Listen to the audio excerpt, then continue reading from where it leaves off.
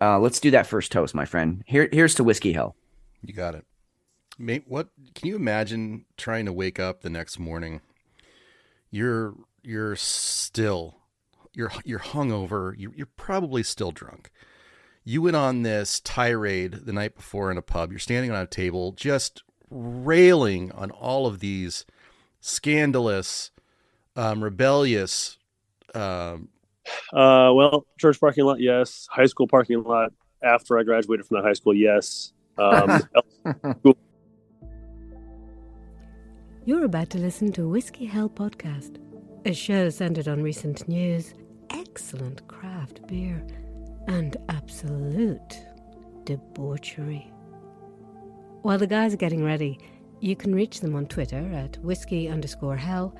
You can also go to the whiskeyhellpod.com or email them at whiskeyhellpod@gmail.com.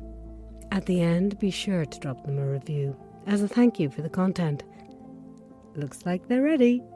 Enjoy the show, and listener discretion is advised.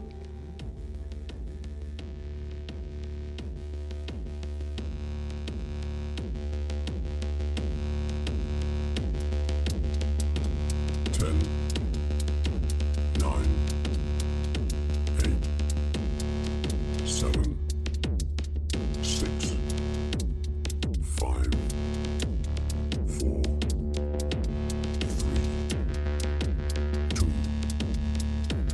one. Fitz, congratulations, man. We made it to 100. Yeah, man, right back at you. I actually, it's a little surreal. We were doing a lot of talking this week. Well, really, and since we were in Vegas, we've been talking about, hey, number 100 is coming up. We need to do something special and amazing for it. And here we are, and we, not to disappoint, but we really don't have anything special or amazing other than the fact that we're still here, we're still doing it, and we still love it, maybe more than when we started. So it's just been an awesome journey. Well, it's also, I mean, it's kind of a lot of podcasts don't make it to 25. You know, tons don't make it to 50 episodes. Right. We're at 100. We've been doing this for nearly 2 years. And I feel like, I don't know about how you feel, but I think it's just getting better and braver and bolder and any other bitchin'. I'm just going to keep throwing out B words there. Yeah, I mean, we've been bitching since the beginning. And I mean, that can be taken in multiple ways, I suppose. But yeah, I agree. I think we're fed up, man. We're fed up. We grew up in a country that we were told to love, and we were told all the reasons we should love this country and this world.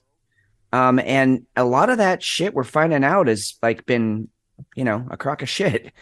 And we just want to put our voices out there and throw our hats in the ring to say, hey, we know what we would like to see this world be, and it's not that right now. And so maybe by informing people, encouraging conversation, encouraging dialogue between neighbors, friends, podcasters, maybe we can right this ship. So yeah, I do think we're getting better, and definitely braver, because we're saying things now we never would have said when we first started. But it needs to be said. No, it totally does. And to anybody out there who thinks that that we're just doing this to bitch, it really isn't that.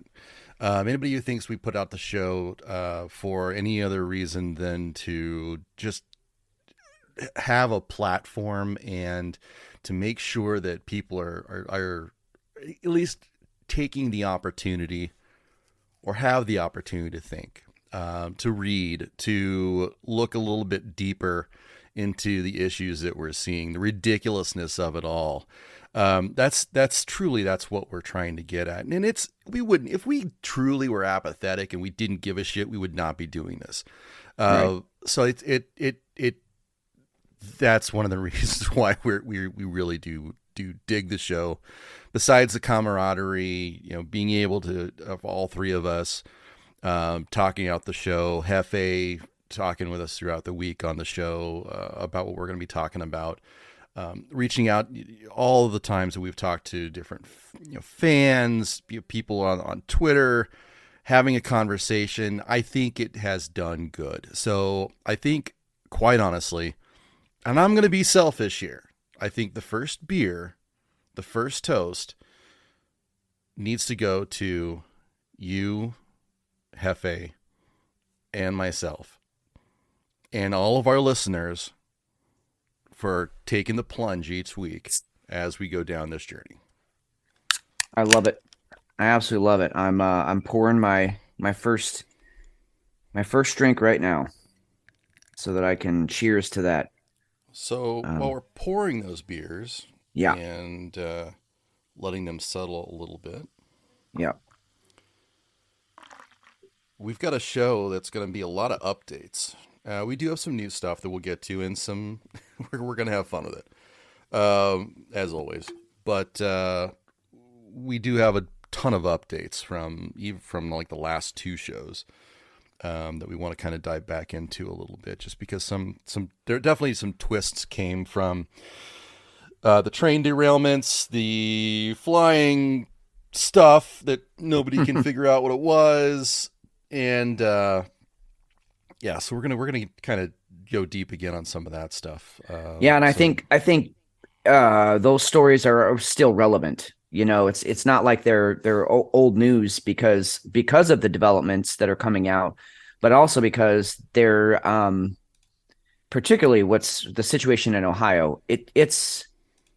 I don't think it would be overstating it to say that it is a major ecological disaster, and we're just now starting to see the beginnings of the repercussions from that. So, yeah, we definitely have some new stuff to talk about, but I think the updates on the older stories from a couple of weeks ago are going to be the meat of the show this week. And by the way, if you're detecting a little frogginess to my voice, or maybe a little more grovelly sexiness for the ladies, I've been sick all week. Kind of one of those colds that just never disrupted my life necessarily. But it just kind of got down in my throat. I lost my voice at one point. It came back, thank goodness for the show.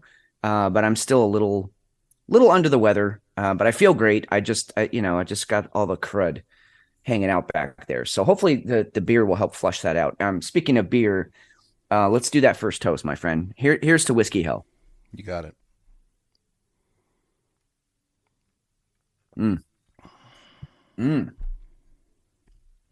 Oh shit. Well, you know what? Yeah, I'm just gonna dive in here. Yeah, go for it. My first, and it's not a beer. I started with a cider. I'm continuing my series from Bend Cider Company. Mentioned them last week on the show. Met the lovely young lady at the store, and she kind of sold me on their whole series that they have going on. This week, I am doing the Mandarin Juniper Hard Cider. So it's obviously an apple base, but then we get some mandarin orange in there, some juniper berries, a little bit of yeast to help it along, and that's literally, and water. I mean, that's the ingredients in this thing. This is not the time of year to be drinking this cider, and I don't mean that in any negative way. I just mean this is the cider that you've been doing a hard day's work out in the yard or around the house. Maybe you had a softball game out in the heat, and you're tired, you're sweaty, you're dirty, and then you drink this and all of that goes away. It is so clean, so refreshing with that mandarin in there, and then the juniper on the end just gives it a little bit of a earthy, woody flavor to it. This is a really well-crafted cider. I mean, we don't do a lot of ciders on the show. We've done a few, but I'm really quickly becoming a huge fan of Bend Cider Company. I don't think I ever really paid attention to them much before this. I have had some of their ciders, but not like this. And And this is it's an incredible cider. So very refreshing. It's sunshine in a glass. And around here we've been cold and dreary. So this is a much welcomed ray of sunshine for me. So maybe this is the time of year to be drinking this. I don't know. Well, Very good. It's a very upbeat cider, right? I mean, it's clean, it's refreshing. It's like it's like a bright morning. Yes, it is. It's a very high energy, very high frequency cider, if that makes sense to anybody. I don't know if anybody suffers from synesthesia. I do at times. I feel like I can taste, or I can like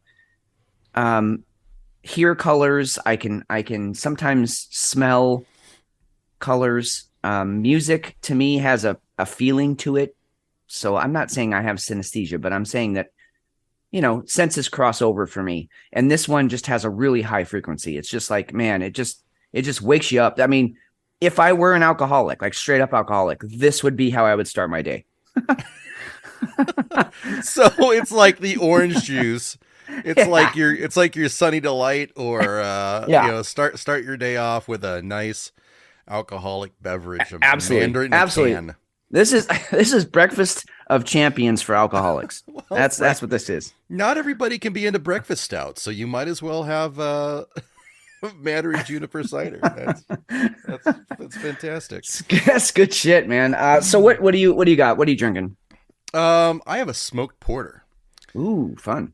Yeah, this is from a brewery that I've never had before. They're from Florida. It is an English porter, so it's going to be a little bit drier than typical. Yep. We've talked about this on the show, and how some beers smell just clean, right? Finished. It smells cold. You're not getting anything but the malt, or there's nothing complicating the smell. That's this one. It's a very clean smell, very. Ooh. Now they consider this an imperial porter. It's 7%. Oh. It's an English style porter, which is going to be a little bit drier than a lot. But it does have some smoke to it. It's not overwhelming. It's subtle. It's actually exactly what I like. I think we talked about this probably a month or so ago, and I had a Rausch beer. I like smoke beers. I really do. I don't want it to be overpowering, but I need to know it's a smoke beer. I need a little bit of smoke to it that I can kind of, it's like I'm standing over a grill. Okay. And then that's what this has. It's a very well done beer. A little bit of an aftertaste to it, but this is good. This is really, really good. Sounds like we both went kind of clean, fresh, pure. Not a lot of ingredients. Just let's keep it simple, stupid, and just go for the good stuff. And that's what our listeners do every week. They go for the clean and the pure, and that's why they come to listen to us. Well, of course. I mean, we are pure as the driven snow is what we are. That's how I would define whiskey hell, really. Yeah. No, good on you.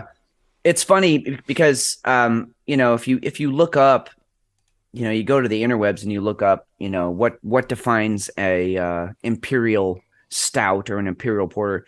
It's usually, something that's a bit stronger. And I think you and I, because of our flavor, our taste in beer and the flavors that we like, heavy to me is anything over 8.5%. If you're below 8.5, if you're even at a 8.2, say, that's not a heavy beer to me. I mean, sure, if you drank, 8 of them, that's a heavy night. But again, you have to drink 8 of them. A heavy beer to me is one that you feel it after you're only halfway done. Some of those 12.5, 13%ers where you just go, whoa, I'm in for a hell of a night here.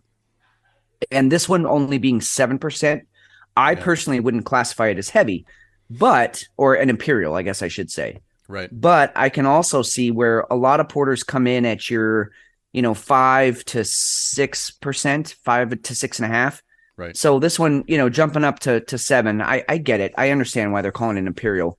but not quite heavy enough to register for me as an imperial. No, I would agree with that. I think it is it's the porter that makes it. Well, it's the imperial porter. How am I trying to say this? If your imperial IPAs, your imperial stouts, they are boozy, Oh yeah. boozy, Oh boozy, yeah. boozy.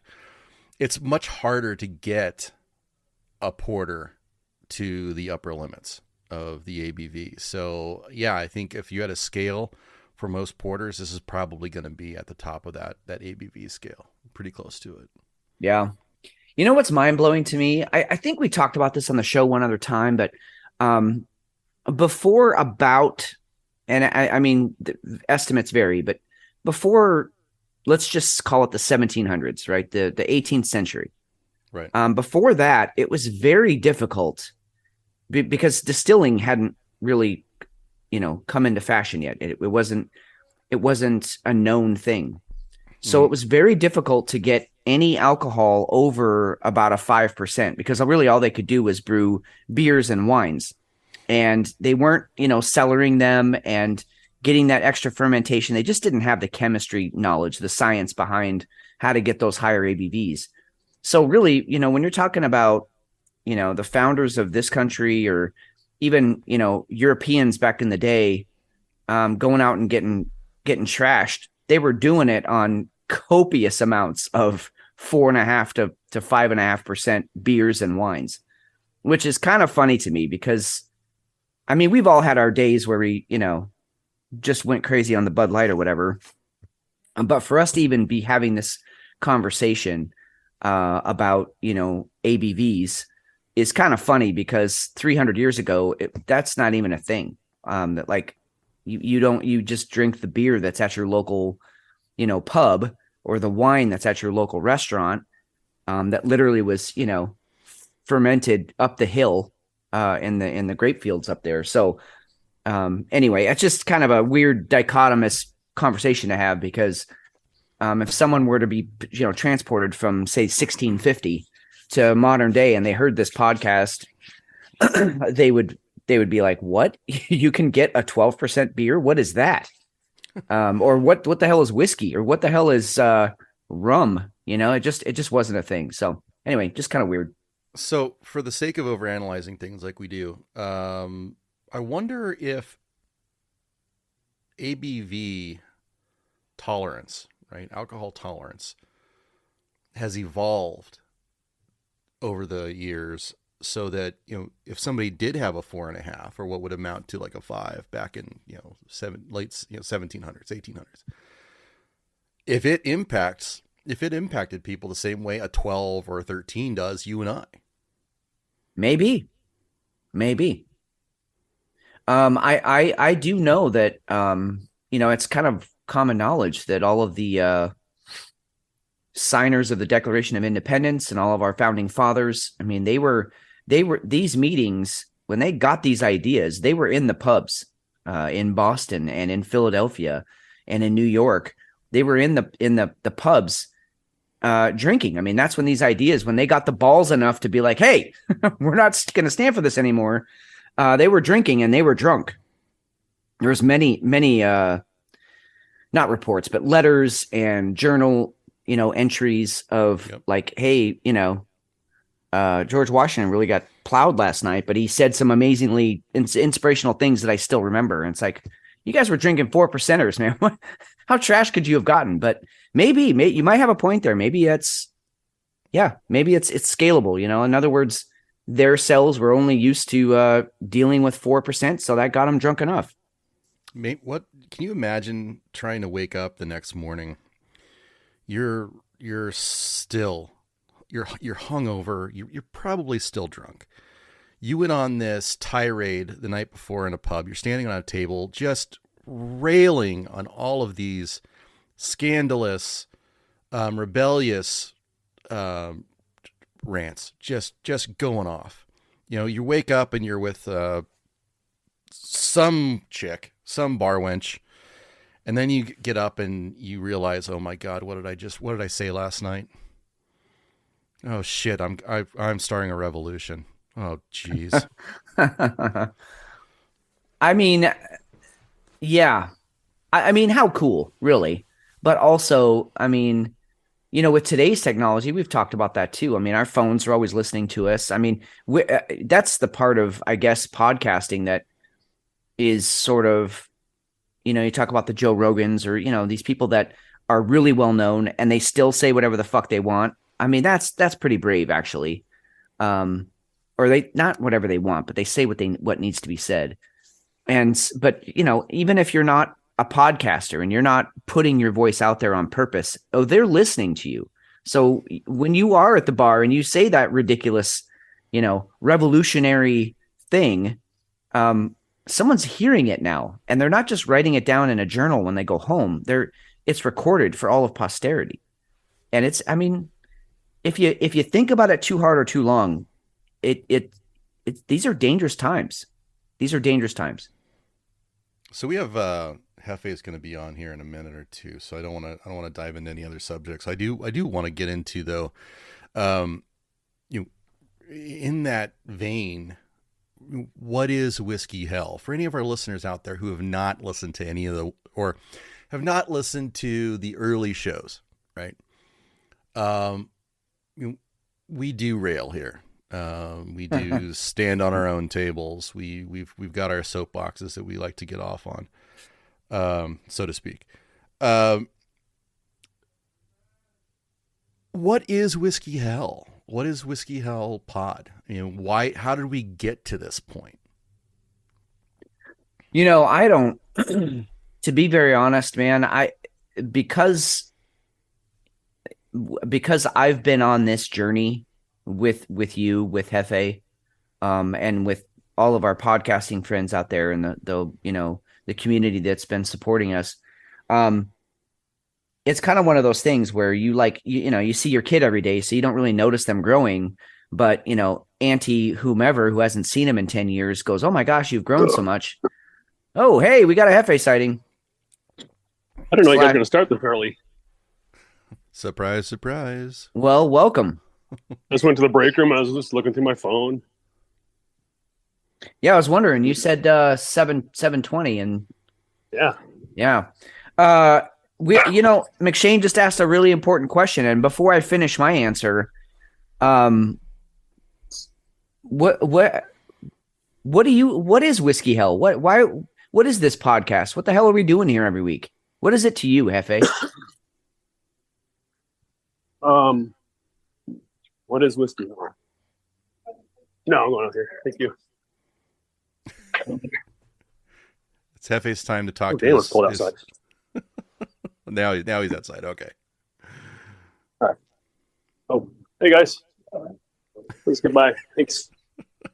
Sorry, doing a podcast. Yeah.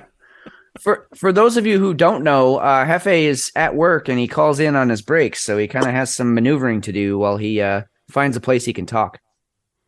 I think I'm good now. You're good. This is I don't know. This is like equal parts of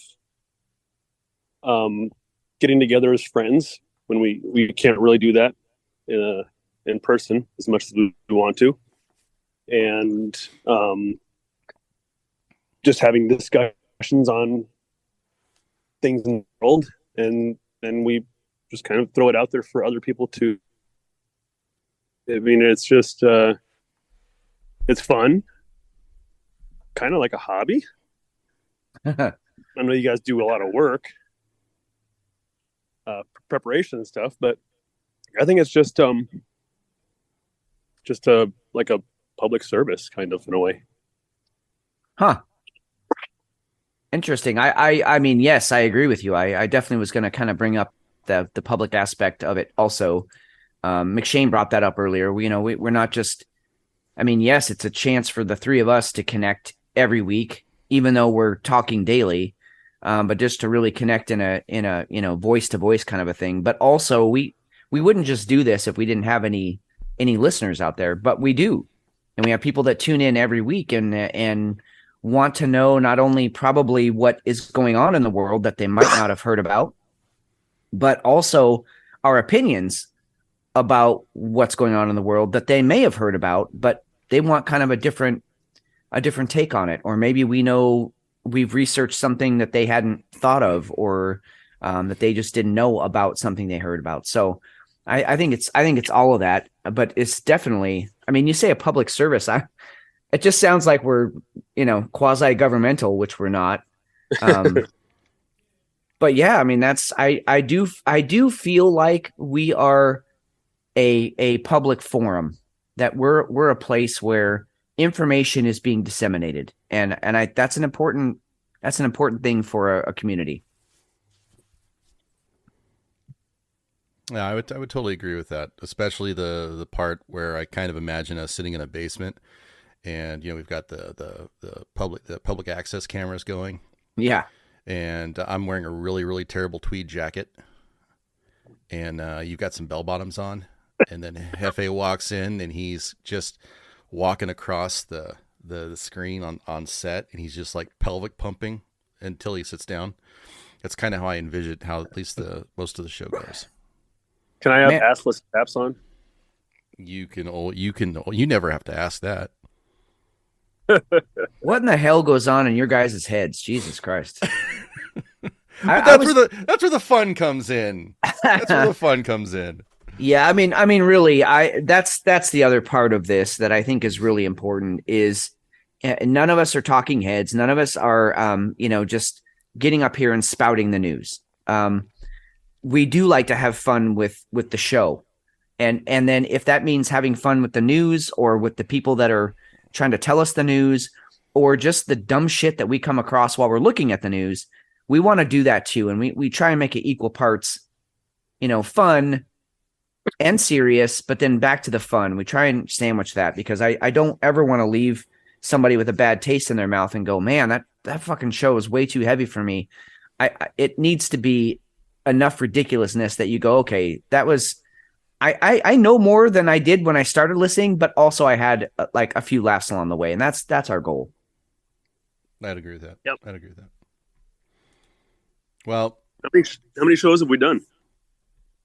This is number 100. This is 100, man. Yeah. What? Number 100. Welcome. No. Buttercup says, congrats on the 100th show, by the way. Oh, awesome. And I'm gonna go ahead and say Gretchen probably says so too. I haven't talked to her yet tonight. Yep. Yeah, a couple of very avid listeners right there. And sounds cheesy, but I'm going to say it anyway. Couldn't have done it without our listeners. So, I mean, they're the reason we do this shit. So thank you so much. Yep. Thank you, Buttercup, and thank you, Gretchen. Thank you very, very much. And hey, so thank you. So everybody.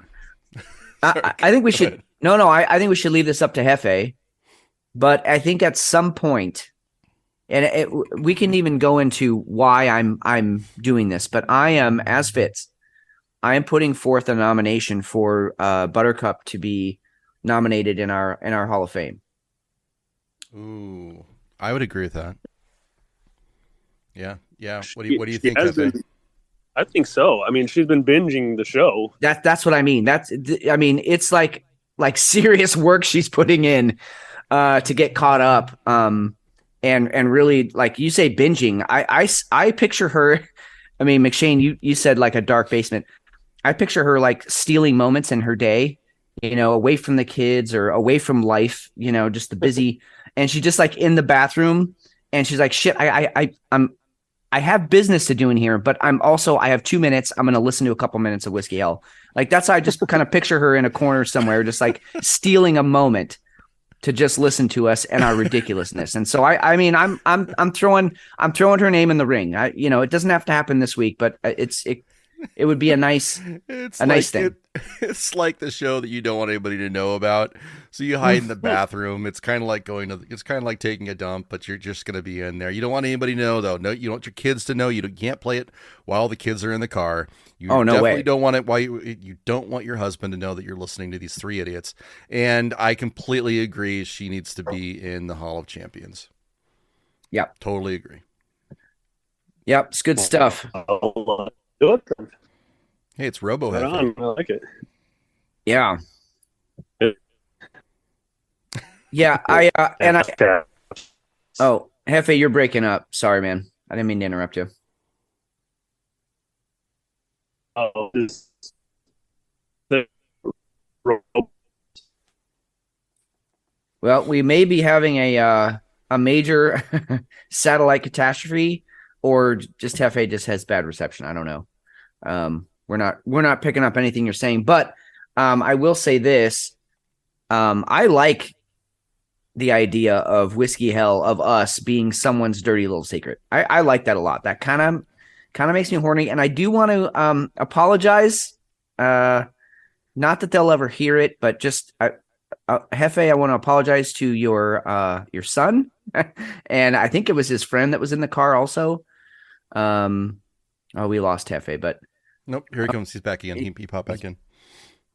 Anyway, just because I know Hefe had the podcast on while his son was in the car, and I was just being Fitz, talking about, I don't know, going from 6 to midnight or something, and Hefe had to turn the podcast off. So I'm, my apologies, but I kind of blame Hefe because you know who I am.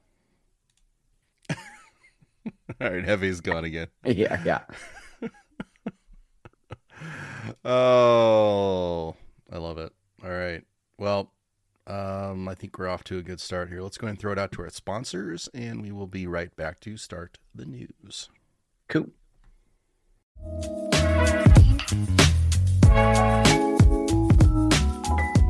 Hello. This is Sarah from Bird in the Hand Podcast. I am excited to share this season with you on the pod. We are interviewing indie authors. These are people that have put their blood, sweat, and tears into their writing, published their books themselves, doing their marketing, their editing, all that jazz, pretty much on their own. So join us for season 2 in some of these interviews with indie authors. We like to have a little bit of fun. We drink a little bit during and play some games. So if you are an indie author trying to get your name out there, I would love for you to reach out. Email me at birdinthehandpodcast@gmail.com. Check out Twitter, check out Instagram, check out Facebook. We share some pretty entertaining quotes from different authors looking at all genres at this point. So feel free to shoot me a line, and I will see you guys behind the mic.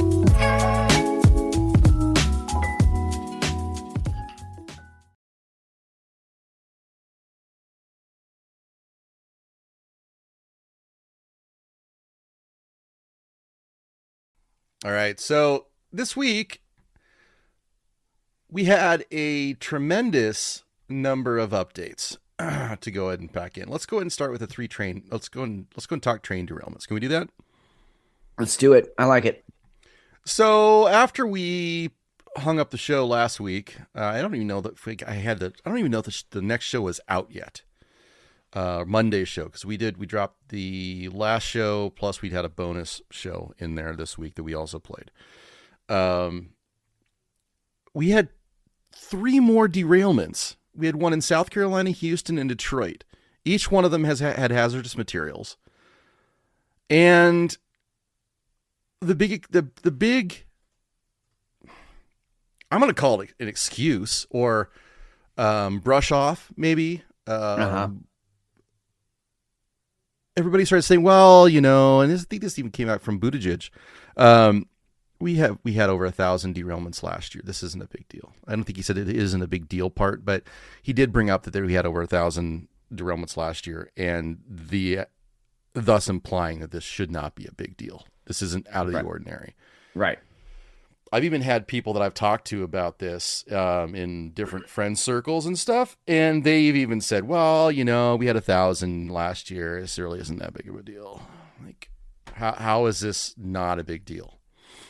Yeah, I mean, and I've seen, a lot of the same videos I'm sure you've seen, but this whole big push from the big, and everybody keeps saying Wall Street. It's not all of Wall Street, but some of these big firms that we talked about last week, Vanguard, BlackRock, a couple different banks. Yeah, a couple of Capital One, which I think actually Capital One's owned by Vanguard. Wells Fargo, things like that. But it's this big push for I think they put it under the heading of more efficiency. And I applaud them for the twist of words there, the wordplay, the semantic gymnastics that they're performing there, because you can call it, a better efficiency, but really what they've done is went completely lax on a lot of the safety protocols. They have minimized the time that inspectors get to look at each car. They also have taken one guy I was watching who is in the railroads. He's a railroad worker. He said, they used to have five guys in a control room that, each of them had about a 200-mile stretch of track that they were monitoring. And they have these sensors. I mean, they have detectors on the tracks that detect if, wheels are too hot when they go by, or the train's going too fast or too slow, or there's a lot of, I forget what they call it, but, slack in the line. They don't have the trains perfectly balanced. So there's too much slack, too much, pull on the back of the train. They monitor all these things, and they have, fancy computers that tell them a lot of information. Well, they've taken those five guys that each monitored 200 miles, and now it's one dude monitoring 1,000 miles worth of track. So it's very possible that one guy was getting these message from these detectors saying, yeah, because we've seen the footage, and I know we were going to talk about that too, but we've seen the footage of the train going by on someone's, doorbell cam, and it's sparking. I mean, it's on fire. So there's sensors on the tracks that are detecting this, that, hey, that, one sensor went by, it's too hot, 10 miles down the track, it's really hot now. Someone in that dispatch office should have radioed the guys on the train, because they don't know. They're just hauling ass. They're just trying to do their job and just keeping the train moving. Someone from dispatch should have radioed them and said, hey, you've got a bad axle. Something's going wrong. You need to, pull up short. That never happened. Again, whether it was human error, whether it was this dude just has too much on his plate and he couldn't get to them in time, or whether it's because there was some nefarious act going on and it was done on purpose, we will never know, probably. I know the NTSB is doing their investigation, but at the end of the day, it's more likely to me that it's, this was all occurred because of the almighty dollar, because they want to keep things moving faster. And so let's ditch the safety checks that we had in place for 60 years, and let's just keep those bitches rolling. And then you have something like this, and it's, yes, there used to be, or not used to be, there are 1,000, maybe up to 2,000 derailments every year. What's different about this one is the fact that it wasn't a car that derailed or two cars. The whole damn thing came off the tracks, and there was very, very dangerous chemicals, vinyl chloride, on board. And it's not, you can't just dismiss this as, oh, well, it happens 1,000 times a year. No, vinyl chloride does not get dumped into our environment 1,000 times a year. That's not what happens. So this is a big deal. And I really think we're on the beginnings of the environmental catastrophe that this is really going to cause. Crazy. Well, so, and we need to point out that there's a lot of different kinds of derailments, right? You have derailments where the train came off the track, it stopped, and it wasn't a big deal. You throw a train jack under it, you get some guys, and you get the train put back on. They have the ability to do that. It's not, It's not rocket science. We're actually talking about something that's been around for, when was the first railroad? What we're talking about, 1820s. Yeah, 200 years. Yeah, so we're talking almost, yeah. So the science, the engineering has changed, the mechanics has changed, but the concept of putting a steel wheels to rails hasn't changed. How it's done does, but that's not, I mean, we're still doing it. It's still the same concept. So derailments can be very, very, very small. So when we talk about 2019, 1,242 derailments, 2020, 10,000 or 1,013, 2021, 1,002, 2022, 1,044. There's a lot of minor incidences in there. We're not talking about ecological catastrophes. Right. Like what you were saying, and that's exactly what this is. Now, the interesting part for me is that the lackadaisical effort that the government's actually put in. My God, it's like, yes. well, I mean, today finally FEMA's being sent out. 2 weeks after the fucking thing happened. 2 weeks, and that is just surreal to me. You could have, I mean, I think by now everybody's seen the mushroom cloud above. Right. This East Palestine. I mean, you've got rivers, streams completely polluted. You've got animals dying. You've got people, that are feeling ill. Some of it, I'm sure, is going to be psychosomatic. Others, I would highly doubt it. I think that they probably are. It's just surreal, the lack of engagement that there's been. It's like 100%. And yet, and this is the most annoying thing for me, which one of the best memes that I've seen in a long time, and it's not really because it's funny, it's because it's sad and it's absolutely true, was somebody went ahead and painted Ohio with a Ukrainian flag. Yes. Saying it was applying for aid. Since it was the only way to get it. You can go ahead and you can send billions and billions and billions of dollars over to Ukraine, but you can't get off your ass and just go ahead and declare it an actual an emergency. Yeah. Yeah. Well, and I mean, that's the thing is like some of the officials in East Palestine applied to FEMA and they were denied. They were denied. I mean, it's not like FEMA just woke up and was like, "Oh shit, there's a problem. We should get over there." No, they knew there was a problem because petitions had come in and they said, "No, it's not that big a deal." And another thing that was interesting to me to learn, the EPA, they put their official stamp on the survey that was taken. But they just put their stamp of approval on it. It was a privately owned company who was hired by, wait for it, Vanguard, to come in and do an ecological survey of the area and find out if the water was okay, the air was okay, et cetera, et cetera. This private company, bought and paid for by Vanguard, well, of course, by Norfolk, by the actual railroad. Okay. Either way, private company, but still, and then the EPA is like, oh no, okay, they went in there and they just rubber stamped it. So this bullshit that people want to come out and say, well, the EPA said it's okay, they can go back to their homes. And I've seen lots of residents going out to the water. I know we've all probably seen the film by now, the video. They put a stick in the water and all this rainbow bubbly shit comes out, or they throw a rock in.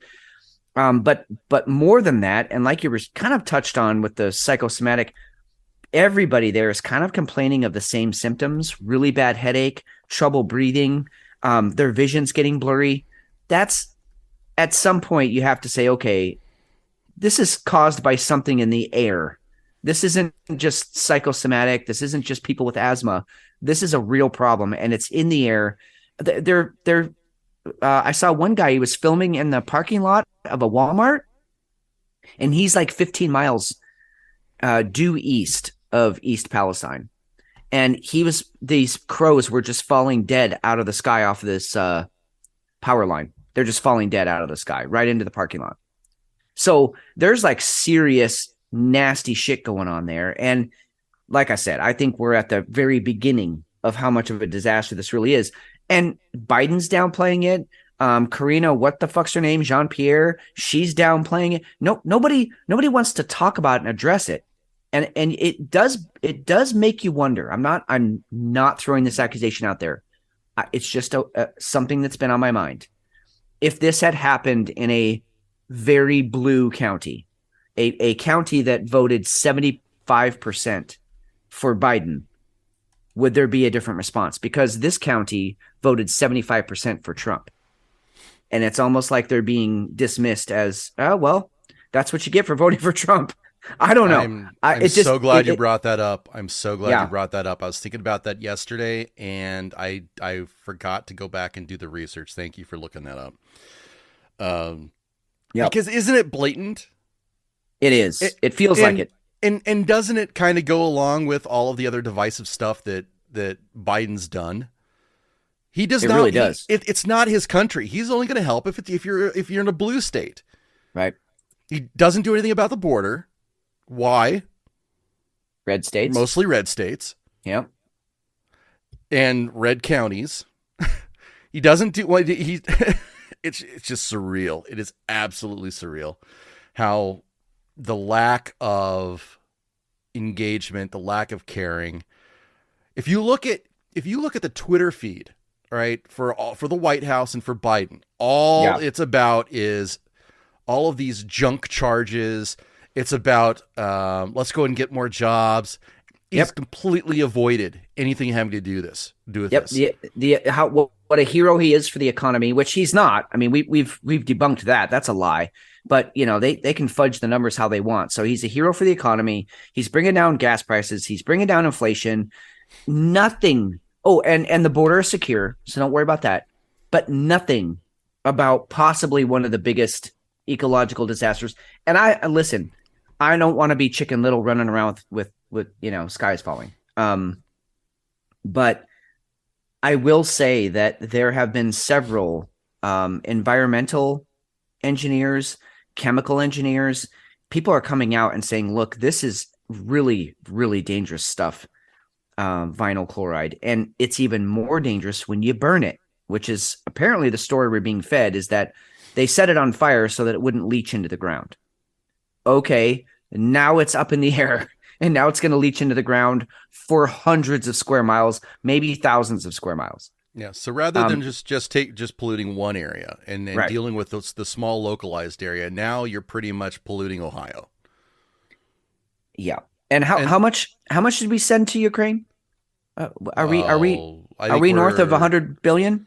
I don't know that. I think we're over 50 billion.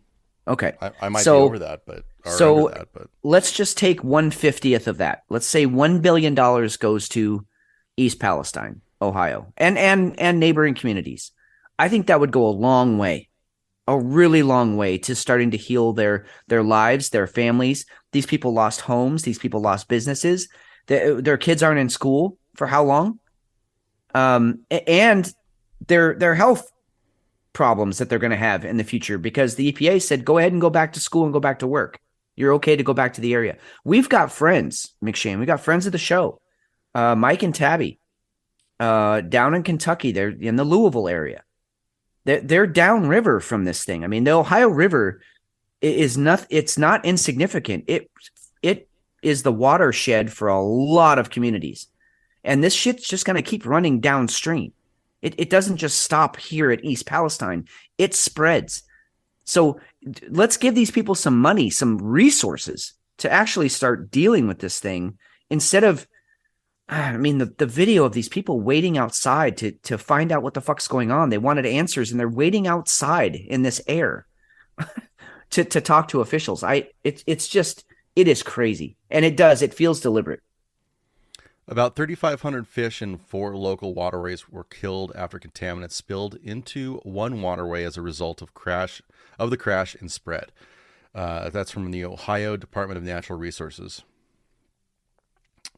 There are cities that have shut off any of they're not using any of the water from the Ohio River. They're saying that if you have the drinking water is actually okay. There was this real strange, I thought it was really, really weird. I think it was the fire chief for the city. Drinking water. Yes, that was really weird. Yeah, let's say he got it from the Chinese restaurant behind him. Was that the video that you saw? Yes, it's exactly. Yeah. So apparently that water was absolutely fine.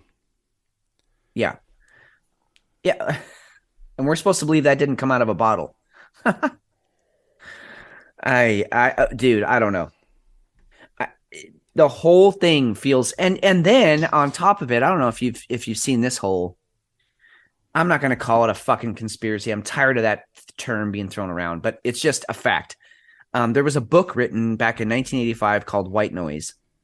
I say back, but just very recently in 2022, last year, the book was adapted to a screenplay. It has what's his name, Adam Driver in it from Star Wars. He's in it. And it's about a train crash that spills a very toxic chemical in a small Ohio town. And in fact, much of the filming for that movie was done in East Palestine. I mean, you can't make this shit up, guys. You just can't. When we saw that was so, and it's a comedy. It is a comedy. It's a drama comedy. It's Adam Driver being a fucking idiot dad, and he's awesome. I mean, I want to see the movie because the preview, I went and looked at the preview, and it looks actually really funny. So I want to see the movie now, but also like that comedy just turned into a, like you called it like a comedy drama. It's like a dark comedy now because it's like in real life. I mean, it's actually happening. Just terrible. So the airborne toxic event. A chemical spill from a rail car releases a black noxious cloud over Jack's home region, prompting an evacuation. Yeah. The hilarity ensues. Exactly.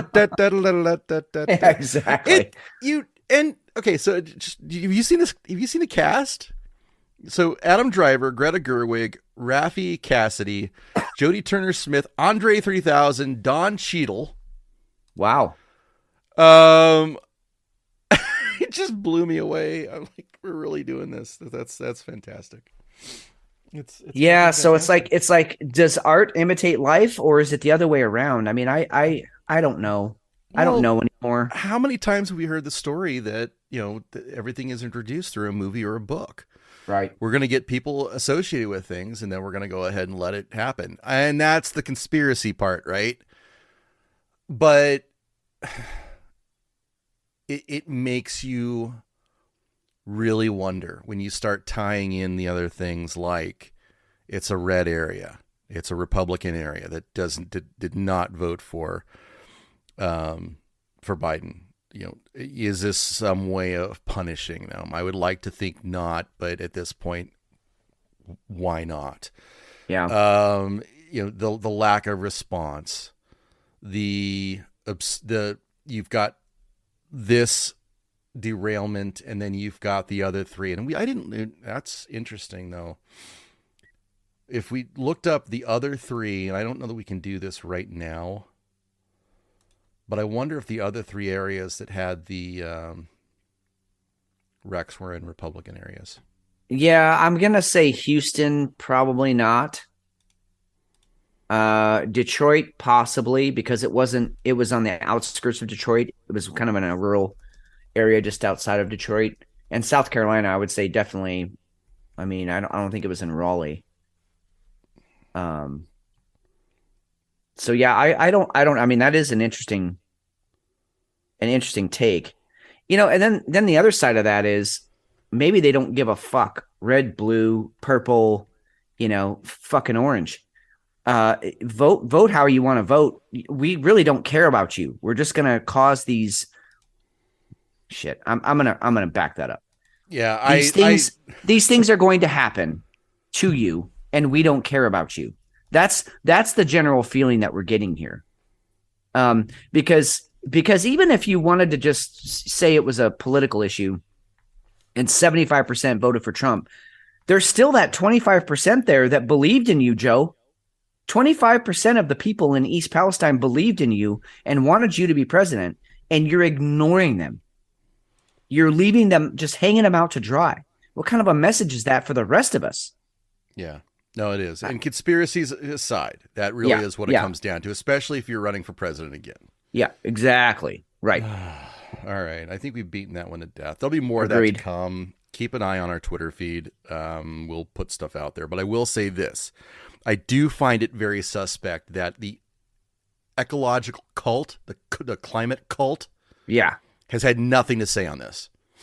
Zero. You would think that Greta and her high and mighty soapbox, she'd get up on that and she'd be criticizing, the presidency, unless of course that she was totally down with it, which we're the United States. It's better to go and watch us get hurt than put any effort into anything else. Yeah. I mean, that was my first question. Like, where is Greta? Where's all these, idiots throwing tomato soup on works of art? Where are you? in something like this? Is it because it's too dangerous and too noxious that you don't want to be close to the bad air and the bad water? Or is it because you just actually don't give a fuck about this? You just want to, feel important because you're making a difference with CO2 emissions. That is the other point of all of this is you would think that, where's Greenpeace? Where's Greenpeace? Where are these tree hugging? 3,500 fish, and that's all that they're going to admit to. It's probably many more than that. I've seen dead frogs, dead birds, dead raccoons, squirrels. So, okay, they're going to admit to 3,500 dead fish. Where are all the environmentalists coming out for this and saying, whoa, this is a huge ecological disaster and we need to put federal dollars? None of us, I'm going to speak for all Americans here. None of us would have a problem with putting our tax dollars towards healing this community for just a tragic accident. No, we don't have any left over because it's all going to Ukraine. Well, that's it. But I have a huge problem with my money going to Ukraine. Huge problem.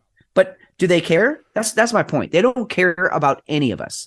It's just like, hey, you know what? If you were unfortunate enough to be in the wrong place at the wrong time, fucking deal with it. But we're gonna send a small portion of your earnings this year over to Ukraine and pay their government pensions and keep their government going because they're going through a tough time. Yikes. Let's throw it out to our sponsors. I'm sure they want a word right now.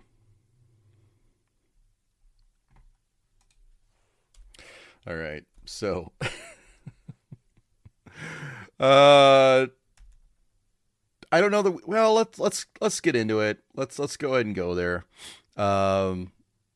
Flying thingies. Should we talk about flying thingies and how nobody knows what they are? I love to talk about flying thingies. I think flying thingies are really, really important. Why didn't they call them FTs? Dude, more credit needs to go to you, to McShane, all right? Instead of UFOs. That just is clumsy coming out of the mouth. Why don't we just call them FTs, flying thingies? That's so much better. Or what was the new one? UAPs? Yeah, unidentified God, what was it? UAPs. I don't know. It was UAP. Yeah, let's unidentified aerial. I don't know.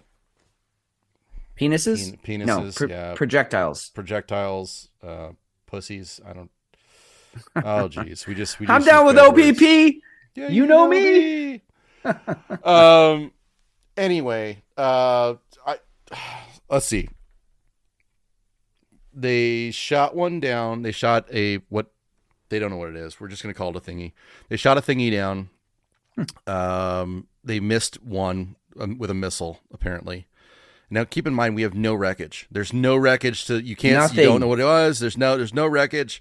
There's nothing up there. So we know it's probably not aliens at this point, which was a real bummer from our perspective. We were really looking forward to that. In fact, I think we've got a new sponsor that this week that might be really leading to that. But apparently in one shot over one of the Great Lakes, Huron, I think it was like Huron. Yeah, it was. Yep. They missed with one missile. Nobody said where the missile went. Yeah, we don't know where whose house that landed on. But there's an errant missile out there somewhere. So if this missile landed on or near you, would you please call our hotline and let us know? And we want pictures. Yes. Because I want to break that story. As Whiskey Hell, I want to break hey, one of our listeners out there found the fucking missile. It's in their backyard. It's still smoking. Sparky now has two heads and we can't go near it. Seriously. We can't even hit it with a $500,000 missile. So we had to use 2 on it. That's okay. That's cool. We had a bunch of weird happenings in the sky. In fact, you even saw something that was really, really strange. And I've got one of the videos here. Yeah, I did. You guys will check out show notes. You guys will be able to see it. This is over Cadillac, Michigan. And it's just this really weird line of lights. I don't know what it is. Yeah, what was weird is, so my wife and I were walking our dog. And what's weird about it is the route that we take has a lot of twists and turns. and we just happened to be headed back home, which had us facing west. And we just both happened to be looking up in the sky, and she said in her head she originally thought it was like light reflecting off of a power line or something, but then I knew it wasn't that because it was a bunch of dots up in the air, and I go, what the fuck is that? And she goes, yeah, I was just looking at that. And it's exactly what you see in the footage if you go to show notes and look up. So there was one over Michigan, and then there was one over Vegas, and then the one that we saw. And I started to get my phone out to take video, and it as fast as it appeared, it just faded away. It was gone. So I don't know. A lot of people on the comments on these videos were talking about it being Starlink. I don't know. To me, it looked like at the time I thought that was just a meteor hitting the atmosphere and breaking up into a bunch of pieces. But it was too straight of a line. And, there wasn't like that starburst sort of explosion. Everything was in a perfect line, and they were perfectly spaced apart. The whatever they were, the lights. So I don't know what it was. And then I start seeing these videos on Twitter of other people seeing the same exact thing in other parts of the country. And I was like, whoa. So yeah, so that I definitely saw a UAP. I'm sorry, FT flying thingy. Which I have no idea how to, justify in my head what the fuck it was, because I really don't think it was Starlink. I don't. But I also don't have any proof of that. Well, we've seen some really awesome stuff done with drones too. So sure. I don't think we can rule out that. It was a perfect line, which was kind of crazy. I know, but this, you could tell, dude, it was way, way up in the atmosphere. I don't think this was drones. Because that was the other thought I had too, unless they were jet powered. But even that, I mean, it looked like they were up in the upper atmosphere. Whatever it was way up there. And I don't know. Like, you asked me, how would I know that? You can just tell. It wasn't 60,000 feet overhead. It was 100,000 feet. I mean, it was way up there. Well, you can tell when you can see a plane. You can tell when there's a satellite that's cruising over. I mean, those are all things, especially in a dark sky. Exactly. Exactly. You can tell. I think everybody who's lived around an airport within a good 50, 100 miles, you're gonna understand that. I agree with you. It was really, really strange. I haven't seen this before, so no. I do find that to be a little. It's the timing. The timing is of all of these things. Yep. All of these things, even going back to the train wreck.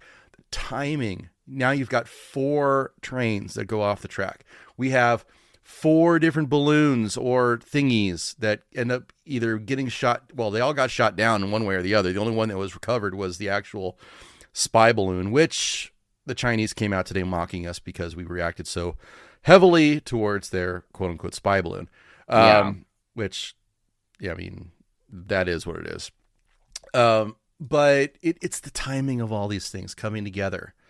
And we talked about this in not the last show, not the bonus show, but the show before that. It's while you're watching over here on the left hand, while you're watching the left hand, the right hand's getting away with some nefarious shit. You bet. And that's what things keep coming back to. That's where I keep getting stuck. What are we missing in all this? We've talked about, and we'll probably talk about maybe a little bit. I don't know. The Epstein docs didn't. I mean, the Epstein docs were supposed to come out. I don't think they really have. I found something today that I don't think was it. I've seen a lot of lists going around. A lot of people making videos of this list. I still don't. I mean, there's no receipts that that's the actual list. Right. If it is the list, it's heartbreaking. Some of the names on that list are just. They just make you want to cry because you want to believe these are good people. And again, no proof, no receipts, no idea if that's the actual list, but there's a list going around. You can look it up. And it's heartbreaking. And one of the things that we need to keep in mind is that all the rhetoric and all the ramping up of this war with Russia in Ukraine, it's really getting amped up. So what better way to impact the homeland, our homeland, than to say, wow, we're being spied on. We've got all this stuff going on.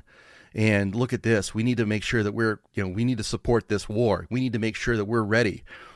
And we should always be ready. I don't see why we even have to ramp things up. But Yeah. we had a Russian plane in the Alaska zone, Russian planes, excuse me, in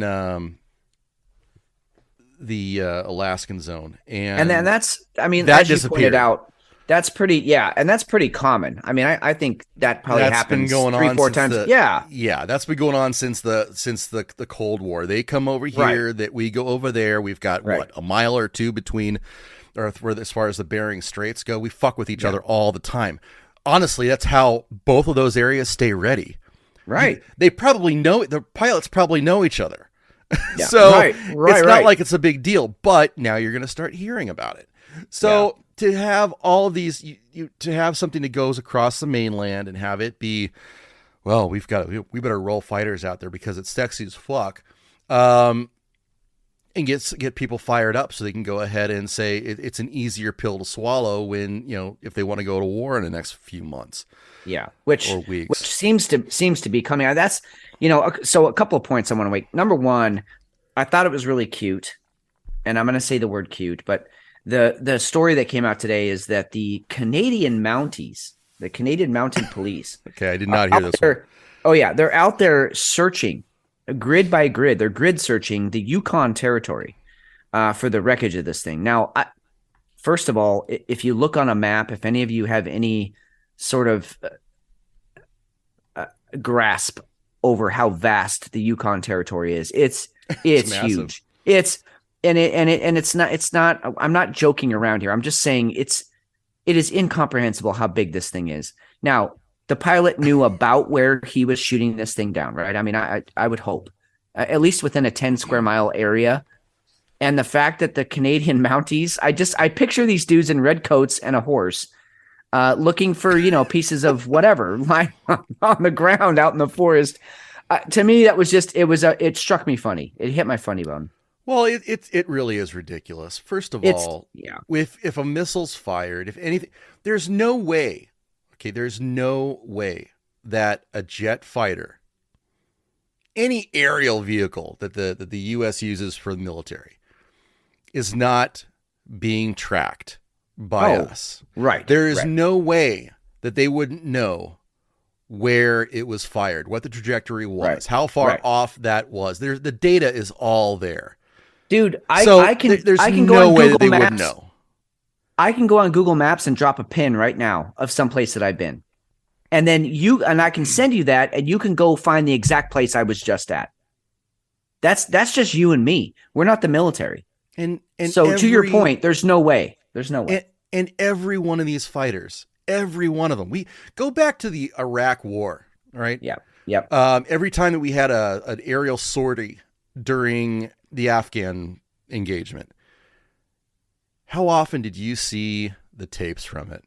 Oh my God. All the time. They had footage of the bomb going into the bunker. I mean, like a camera was on the front of the bomb. We tout that. We think it's fucking rad, and it's always something that we roll out there. Why don't we get to see that footage now? No. It's always there. It's available, but they're not going to show it. Maybe they're not showing it because it was actually a balloon from a hobbyist club. Well, okay. So before you get to that, so there's two scenarios here. Both are equally ridiculous. The first scenario is, and I'm talking specifically about the fighter jet who fired a missile and missed. Okay. So in that scenario, he fired the missile. It was at a UFO. The UFO had the technology to quickly dodge, or maybe it had shields. I don't know. And the missile missed, or it didn't. It failed to knock the thingy out of the sky. But then he fired a second missile, and that one apparently worked. So either A, the alien tech got damaged in the first, which is unlikely, or B, they missed a fucking weather balloon or somebody's fucking hobby goddamn drone, and that's how bad our military is, or how bad that missile is that, like you said, cost $500,000. And they had to fire a second missile at it. Either way, like, there's no scenario where that pilot, that plane, that missile come out looking good. No scenario. None of it adds up, guys. You start thinking about and listening and reading what the narrative, again, quote unquote, the narrative is, and it just doesn't add up. And I don't know why more people aren't saying, wait a minute, 2 + 3 does not equal 12. It doesn't. On any planet, anywhere, it doesn't equal 12. Why are you telling us that it does? Because it doesn't. Aviationweek.com. Hobby Club's missing balloon feared shot down by U.S. Air Force. A small globe-trotting balloon declared missing in action by an Illinois-based hobbyist club on February 15th has emerged as a candidate to explain one of the 3 mystery objects shot down by 4 heat-seeking missiles launched by the U.S. Air Force fighters since February 10th. The club, the Northern Illinois Bottle Cap Balloon Brigade, That's such a great name. Oh, good for you guys. Oh, shit. Okay, so these balloons, they're small balloons. They put these balloons, they fill them with helium, they send them up to like 40,000 feet, and it's fucking rad that they can do that, right? I mean, yeah. But these are like $20 balloons. I kind of want to start a Whiskey Hell, fucking weather balloon club now. Yes. I thought about that, and then I'm like, well, no, because somebody's going to come after us. Someone's going to shoot it down. It's one thing to get stickers, but to cause the government $5 million in, missiles and fucking jet fuel, it would probably be a bad thing. So the descriptions of all 3 unidentified objects shot down February 10th through the 12th match the shapes, altitudes, and payloads of the small Pico balloons, which can usually be purchased for $12 to $108 each, depending on the type. Jesus Christ. Oh, dude. This was a national incident. It's a national incident. And I'll tell you what else. We've talked about this a couple times over the past few months. If we were not the laughing stock of the world before this, which I think we are, but we definitely are now. I mean, we definitely are now. And I don't know if you saw the Chinese foreign minister come out today, and he fucking eviscerated the United States administration, the politics of the United States and the government. He is basically like, okay, number one, you shot down our fucking weather balloon. Like, fuck you. You knew it was coming. We had approval for it. Why'd you shoot it down? 2, why aren't you taking care of your own citizens in Ohio? And 3, why are you moving in warships into the South China Sea where you know that we have province? I mean, he just called it out. Like, truth be told, out on the table in front of God and everybody, asked the United States government some questions. Incidentally, also today, communications between the United States military and the Chinese military were completely severed.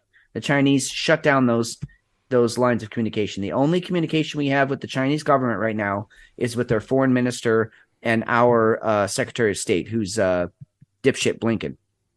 So that to me is also scary. That should be mentioned here. I don't think we have to go too deep into it, but that also happened today. So, is the U.S. government going to respond and be like, okay, well, here's A, B, C, and D? No. Joe Biden, he doesn't even know his own name, which we probably, when we come back from because I'm ready for my second beer, but when we come back from our break, we should address the president's physical that he had last week. Do we have to? We don't. No, we definitely don't have to. I just find it so comical. I feel like it would be a good comic relief for the show. All right. Beer 2 coming up. All right. Are you tired from traveling across the galaxy? Are you hard, horny, and looking for love? Is it time that you found a place on the planet that you could let everything hang out? Hey, this is Enos down here at the brothel. That's penis without the P. Ha ha ha. So, hey, we got all kinds of pussy down here. We got all kinds of dick down here. We got your daily calendar pussy. We got your Mars pussy. We got your clown pussy. We got stapler pussy. Really nails you to the ground. Ha! And then we got some dry erase dick. We got Captain America dick. we got pencil dick, we got sharpie dick, we got your cheap dollar store dick. Come on down and see what we got for you, because it's gonna be good. Come down to Extra Terrestrial Ranch, the galaxy's happy ending. And tell them Enos sent you.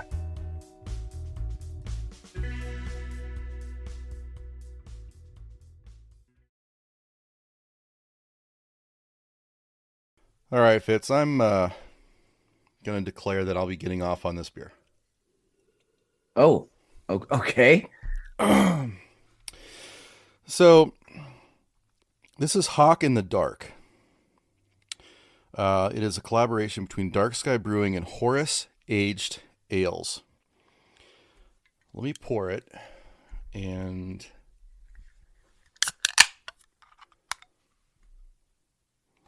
I want to read this to you. Now, I'm unleashing it from the can. Interesting choice of words there. Unleashing. So, it's thick. It is viscous. It is... Oh, Jesus, this is going to be a beast. It's a 15%er, first of all. Oh, my God. Yeah. This is a double barrel-aged stout, aged in Weller, Bourbon, and Old Haven Hill barrels for 20 months with added vanilla and cocoa nibs. We've both had... You've been to Dark Sky with me, I think. Yes. Love it. And I think Hefe might even been to Dark Sky. When we had Hefe's I'm no longer married party. Yes, I think you're right. And I think that was right before you went to Oregon, right? Yep, it was. Yes. Yep. And Hefe found his nurse. Yeah, he did. He did. We lobbed him a softball, and he hit that one out of the park, and we were all very proud of him. And you and I found that speakeasy. Yes. That was a fun weekend. That was good times. Very impromptu. That was a whiskey hell weekend. Yeah, it was. Anyway, so this beer, I'm just gonna take a drink because this is a night beer.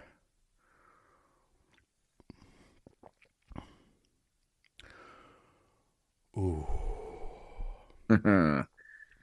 Oh my. I haven't tasted something like that in a long time. That is an old school, heavy, viscous. Like I already said that. Boozy. It is hot though. It is hot. It has. I mean, the booze is there, but this is the kind of beer that you take a drink and you start sweating. Yeah. This is a phenomenal. It is fucking phenomenal. This might be one of the top beers I've ever had. Wow. That's a big claim, sir. We'll see where I'm at by the time we get to the end of it. But wow. I'm really, really impressed. I may make love to this beer. Not the can, that would hurt, but I may look up to the beer. Yeah, let's keep sharp objects away from the OPP. Well, that's awesome, dude. I'm glad. That's huge. A 15%er is huge. I'm not sure I've seen a 15%er in a long time. It's hard to do. I mean, kind of back to our conversation earlier in the show. It's not easy to get over 5 or 6% with just using, natural materials, ingredients. And so the fact that they're able to do that's pretty impressive. Yeah, this is it's clean and there's virtually no aftertaste. But you as you're breathing, there's still booze there. I was going to say I think that's the alcohol just completely cleansing everything as it goes down. Yeah. That's right. This if you have a venereal disease, if you dip yourself in it, it may clean that up. I don't know. I'm not claiming that. No. And you should never take medical advice from anybody on this show, but you could almost use that stuff for surgery. Correct. It's like, what was the green stuff that you put on a wound to make sure that everything's cleaned up? You know what that was? Like a Green cleanser. It was green like, stuff. yeah, it was not, yeah. It I mean, there's iodine, but that's not green. It's like a brown. no, yeah, it wasn't. Yeah, no. All right, no, all right, never mind. We're getting into. I may already be drunk. Fuck. Go ahead. What's your beer? Oh, well, sorry. Sickness coming up. I actually I on purpose I went a little bit lighter this week. I didn't want to do anything, super double digits ABV kind of stuff. But I wanted something still pretty desserty, still something really kind of scrumptious, delicious, because number one, I like those beers. Number two, I think people like to hear my reviews of those beers. And number three, they're just flat out delicious. I mean, if I'm going to do the calories, let's fucking do the calories. So I found this beer from Threshold Brewing. And this is called Jackknife. And this is a tiramisu milk stout.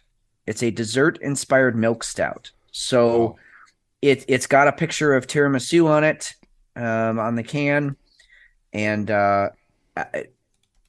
as you know, we've had this discussion before, but I'm not big into desserts. I'm just not. Every once in a while, some cheesecake will tempt me.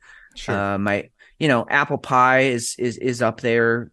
Even a cherry pie every once in a while, but really just desserts don't do it for me. Chocolate definitely doesn't do it for me. I'm not into chocolate.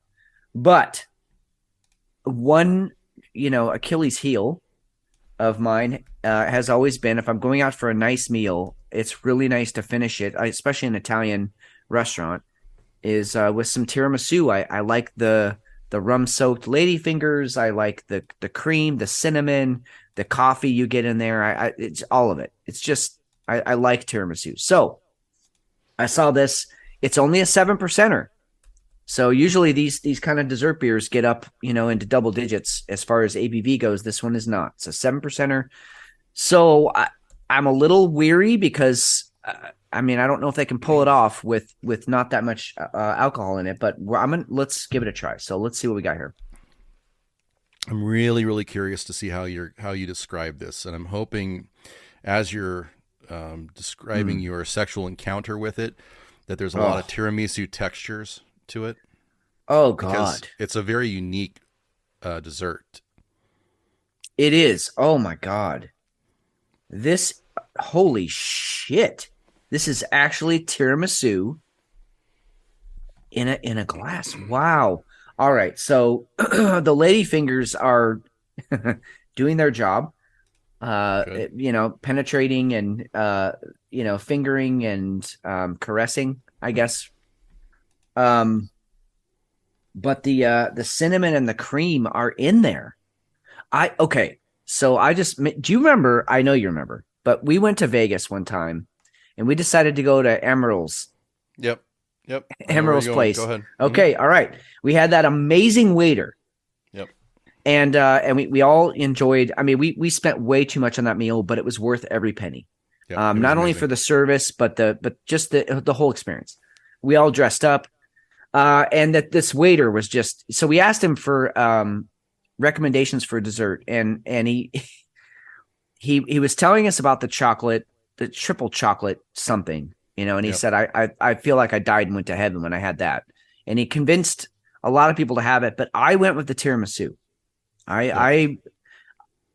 This is rival. This brought me right back to that moment where I literally made love to that piece of tiramisu at Emerald's restaurant in Vegas. That's what I feel like I just got brought back to here. I mean, there is all sorts of sexual and gastric juices going on here that I can't even describe. But the flavors, I mean, if you are into tiramisu, you need to go check this beer out. Threshold, they fucking killed it. Well done, guys and gals.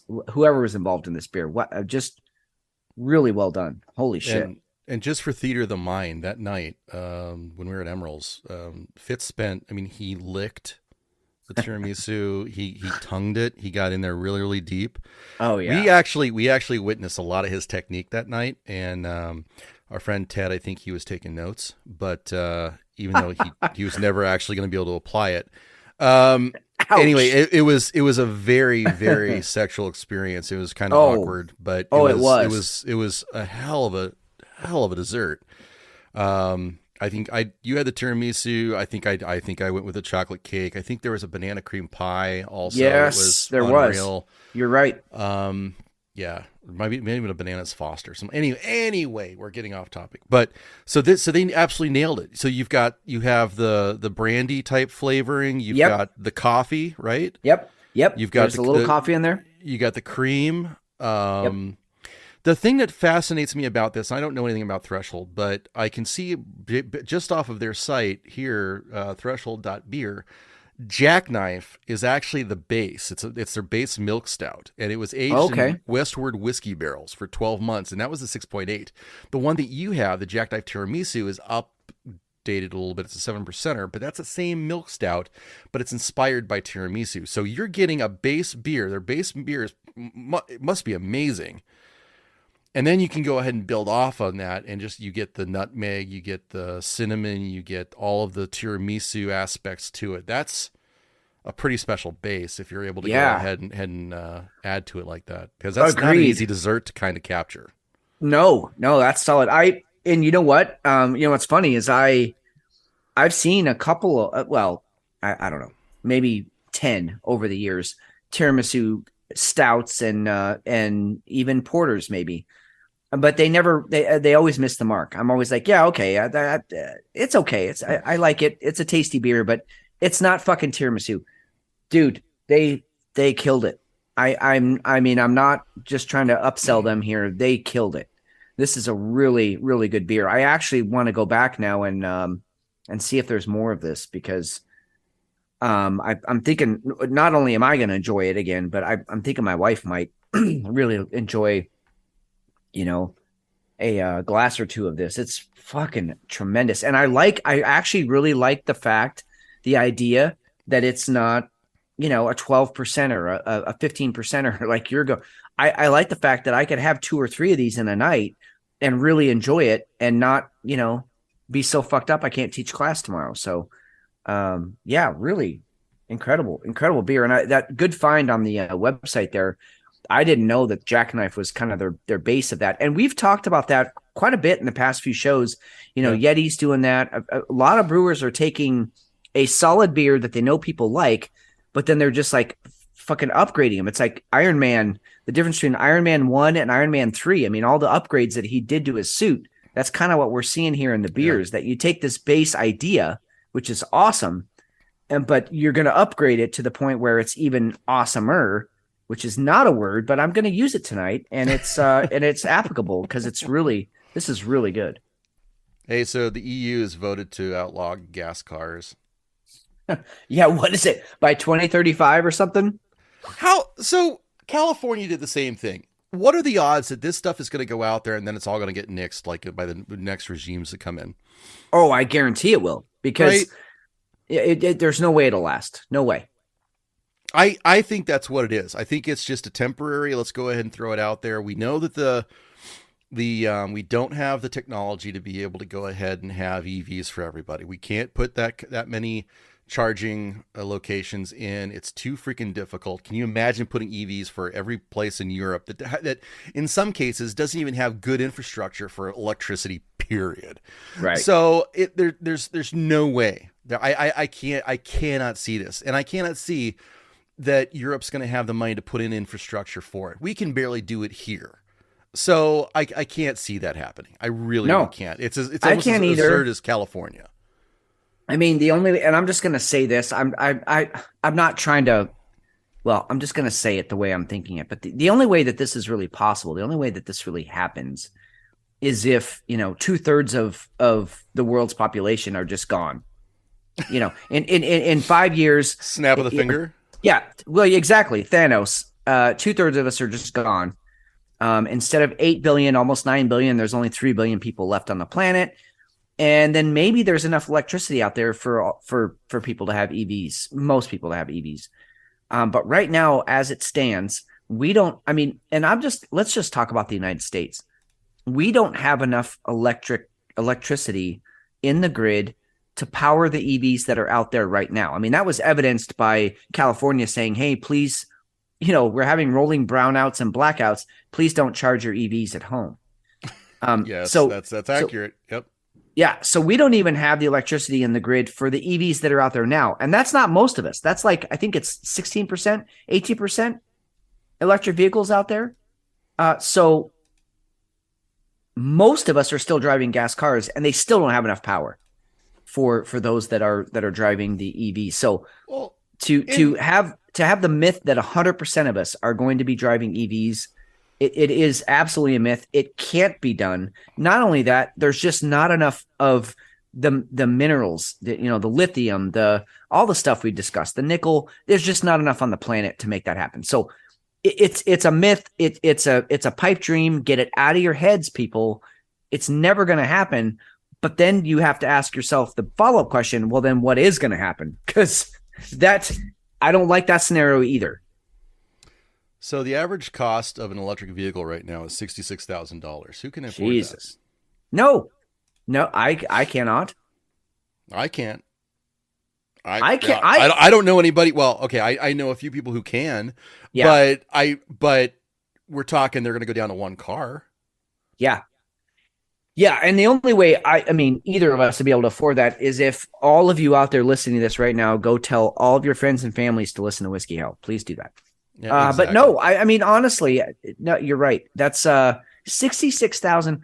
I've driven in I'm going to call it was like an $85,000 car. It wasn't mine, but I've driven in an $85,000 car. You remember our old friend Sean? Yeah. And his dad was wealthy. No, it was the Boxster, the Porsche Boxster. Oh, it was Dad's Boxster. Yes, his dad's, because he wanted to see if his Stealth was faster than the Boxster, but he couldn't drive both cars at the same time. So he made me drive his dad's Boxster, and we drag raced. Yeah, oh, me too.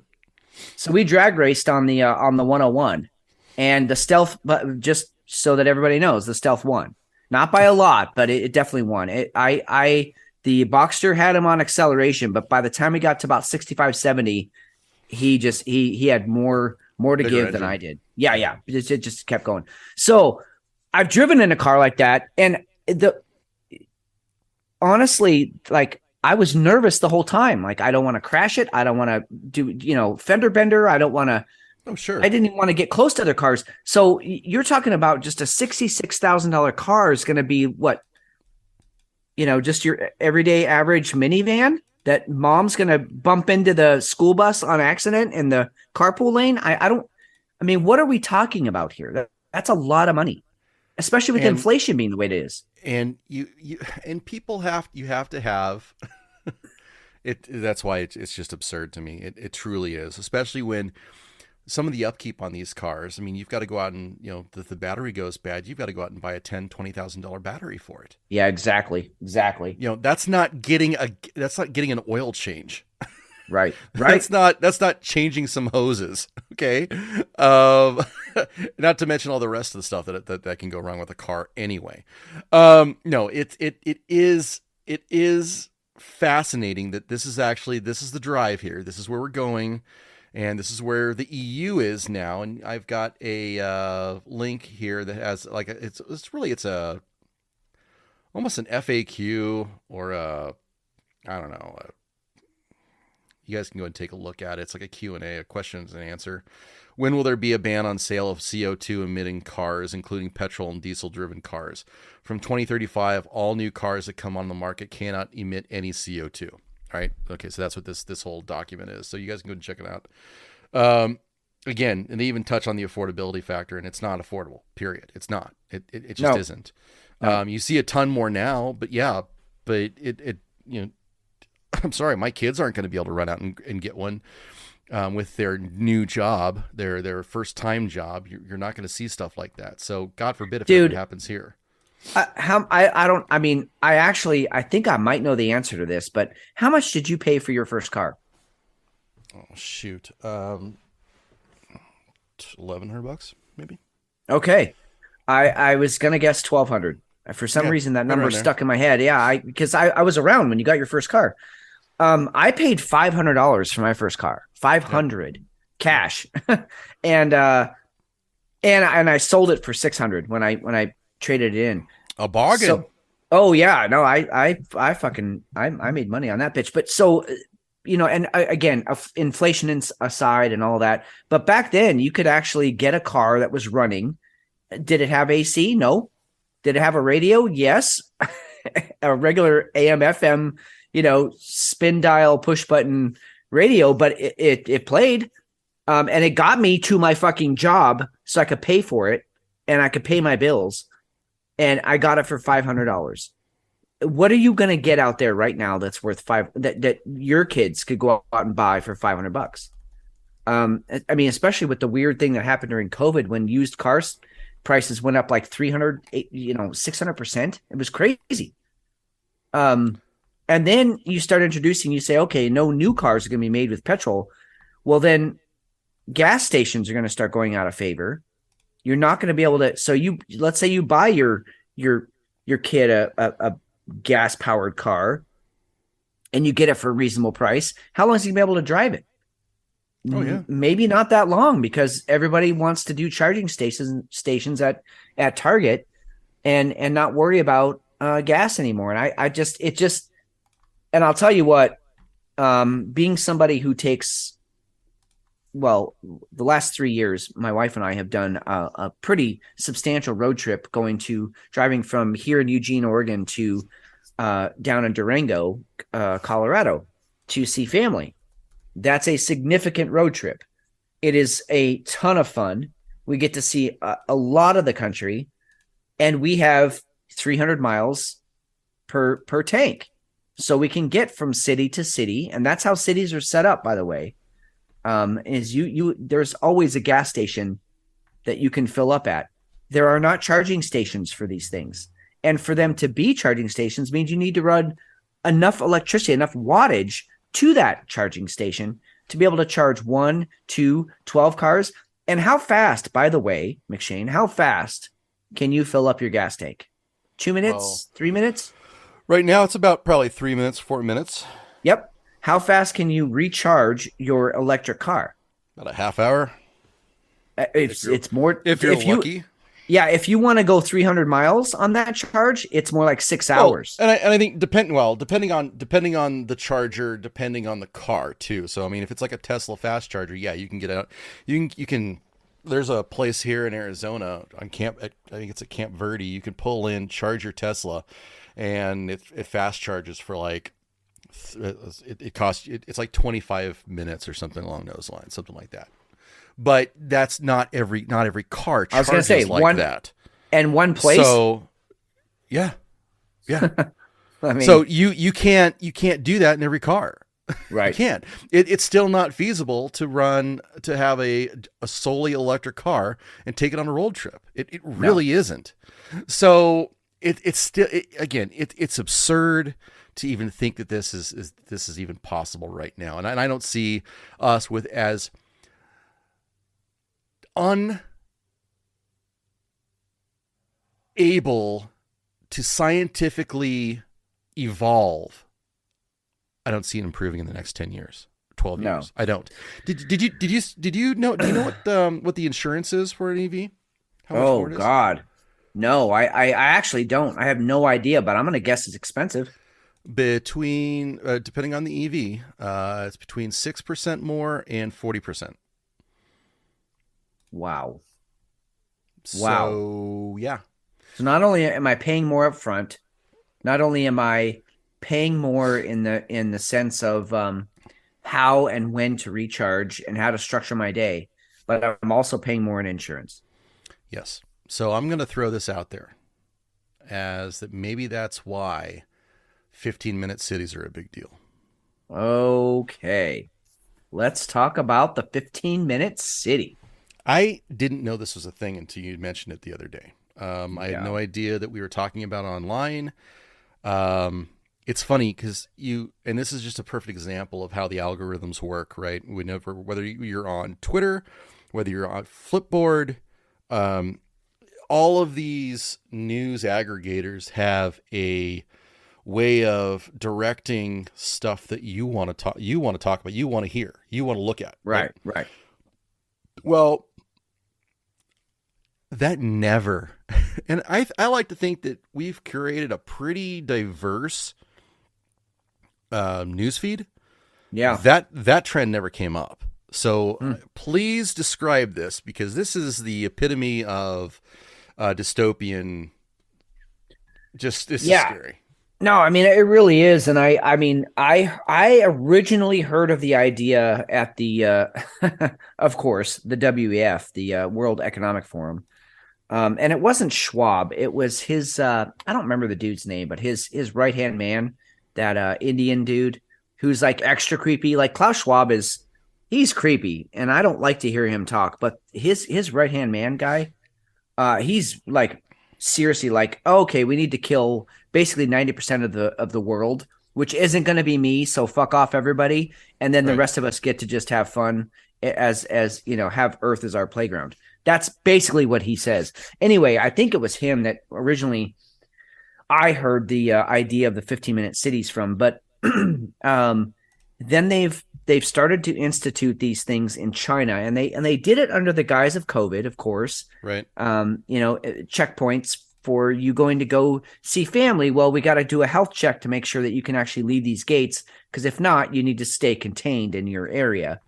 But the scary thing to me this week, and the reason that I brought it up to you, was there's a movement in Edmonton, Canada. Edmonton, which is a major city in Canada. They are now partitioning in the city of Edmonton. They are partitioning their 400 neighborhoods. They've diced up the city into these 400 major neighborhoods, and they are now calling them, and I shit you not, they are now calling them districts. You have District 1, District 2, all the way up to District 400. Now, this is not fucking Mockingbird stuff or Mockingjay stuff. This is actual real life. And people came out and they were protesting. They were saying, what do you mean districts? Like, yes, I have my neighborhood and I understand what this neighborhood is.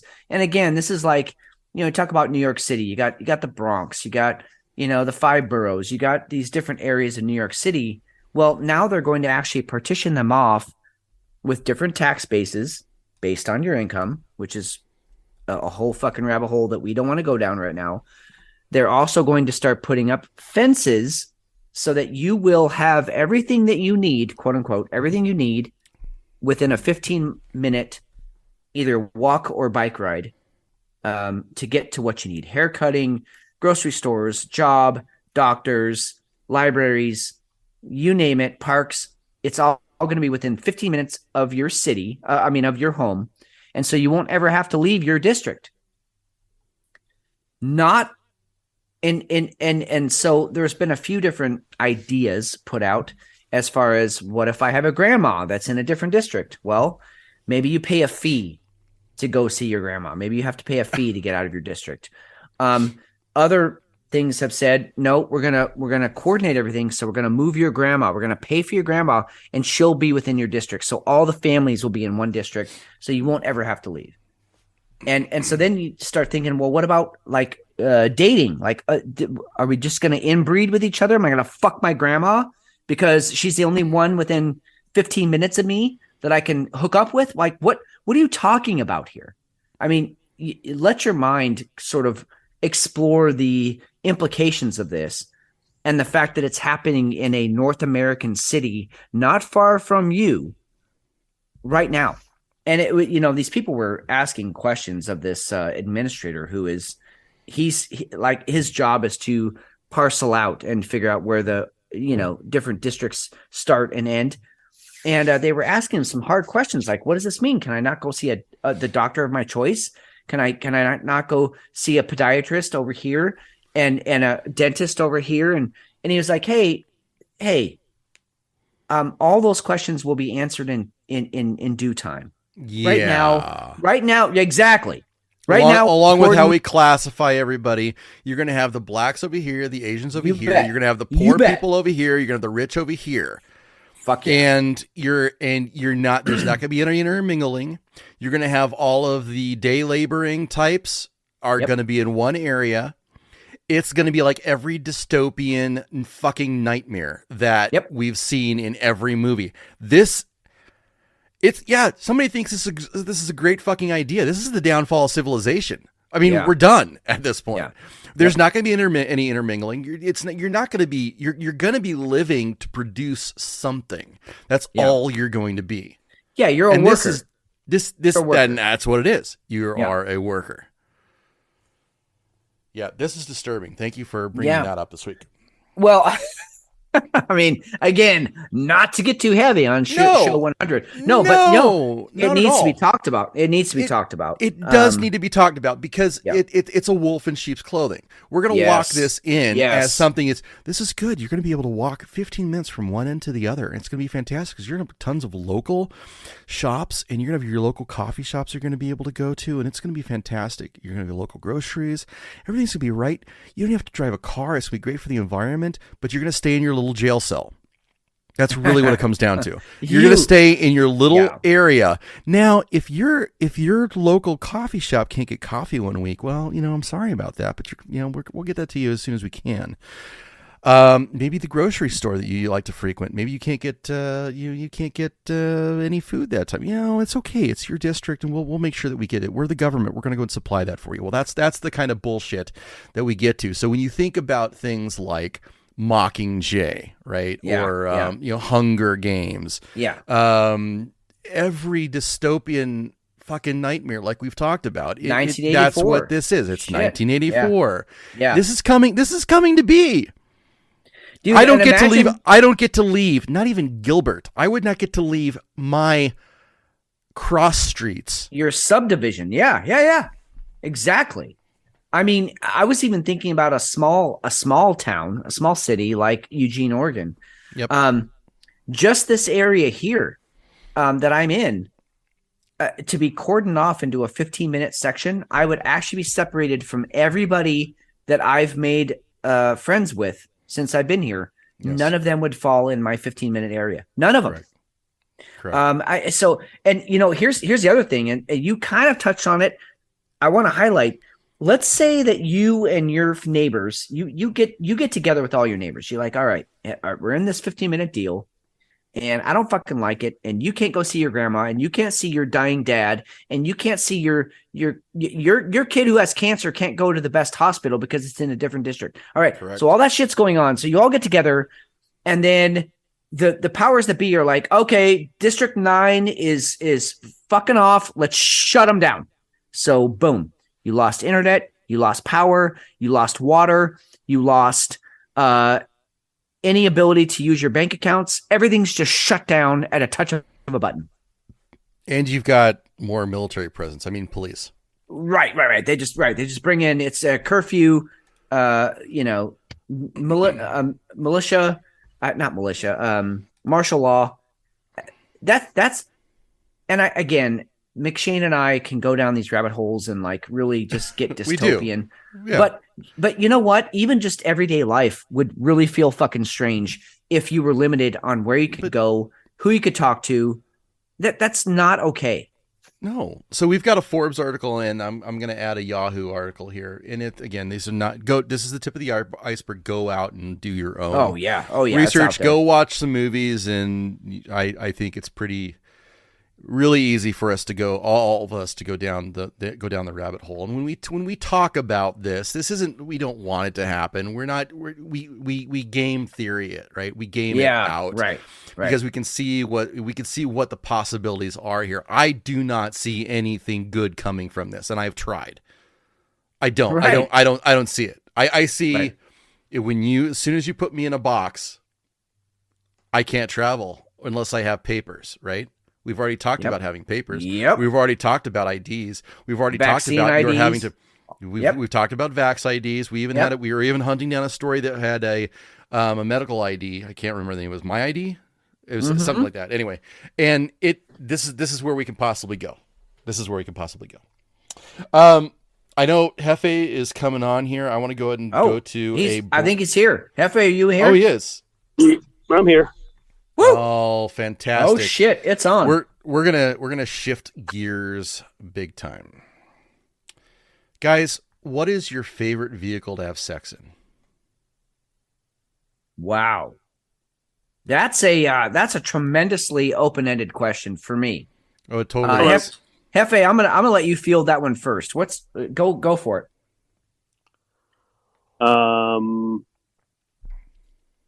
Ooh.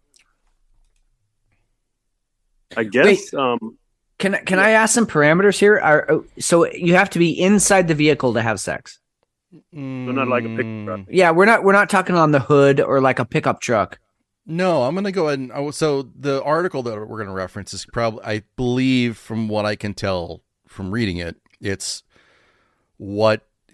how you're using the internal of the car. Okay. But because all of us have a vast imagination, I want you to be able to use the car as a whole. So if you really want to use the tow hook on the back, I want you to tell us how you're going to do that. All right, fair enough. Go ahead, Hefe.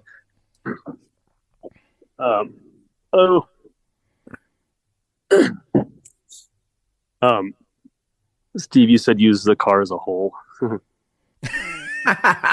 You can fuck the car if you want. That's on the table. No. We are not having sex with inanimate objects. Not on show 100. No.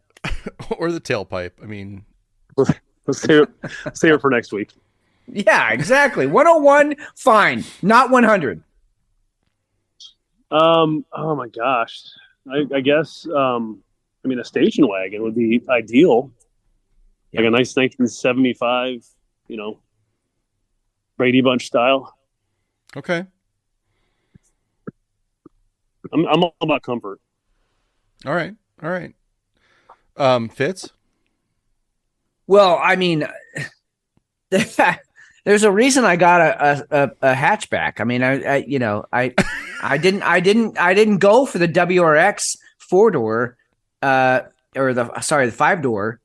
Sorry, the 4-door with the trunk. I went with the 5-door with the hatchback because along Hefe's line of thinking, I mean, you can fold down the back seats. You got a whole area down there. And I actually, one of the best, not just sexual encounters, but one of the best night's sleeps I've ever had was in the back of a hatchback with an air mattress back there, sleeping with my at the time girlfriend. I know, Hefe, I know you remember Jody. Steve, you remember Jody. Yeah. But we went out and just drove my Subaru that I had at the time. It was a hatchback, knocked down the back seats and filled up an air mattress, had amazing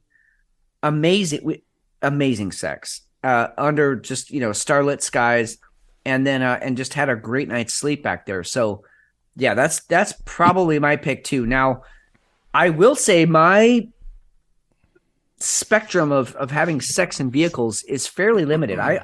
It's not really a place that I choose to have sex. I'm all about the bed or the shower or the jacuzzi, something like that.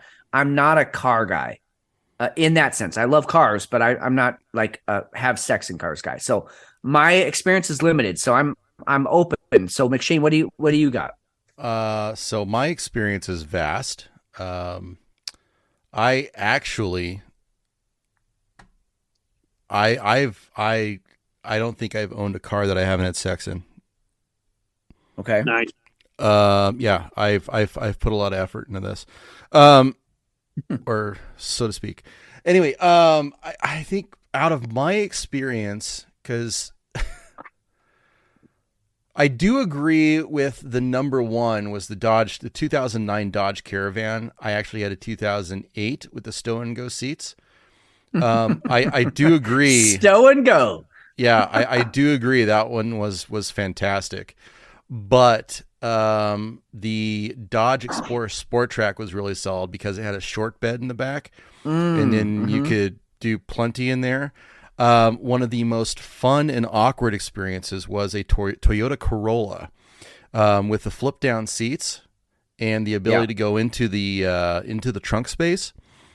I had, and I'm 6'4", okay, so, and that's for the listener, you guys know that, but big dude, and even at the time I was probably 260, or 250, but yeah, we went ahead and we put down the flip down seats and even took advantage of the trunk space while it was closed.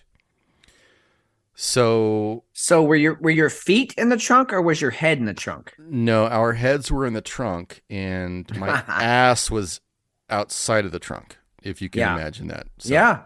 There you go. That worked really, really well. I wouldn't have expected that, but it actually worked really quite well. But the Dodge Voyager that Yahoo brings to light here with the stow and go, yeah, that I agree. That was a really, really solid pick, but it was also kind of a no brainer because there's so much room. Yeah, I was gonna say. I mean, they called it stow and go. Right. I mean, that's in my head. That's like completely sexual. Like I'm gonna. I mean, yeah. So along those lines, you're mobile. What is the most random place that you guys had some kind of intercourse in a vehicle? Oh, we've never had sex, me and Dylan. Nope. Oh no. Oh, okay. Well, that's good to get out of the way. We've been nude together, but never. I mean, nothing was inserted. Right. Yeah. So if with your partners, we'll say, where was the most random place that you guys ended up doing it or doing something? I mean, are you talking like geolocational? Like yeah, geolocational with ejaculation. Geo-ejaculational. Geo-ejaculational. Yeah. Go ahead, Hefe. That might be the name of the show. Great. Go ahead. What was the question? Where's the weirdest place? What is the most foreign place that you have had that you have ejaculated with a partner? I'm trying to make it as scientific as I possibly can.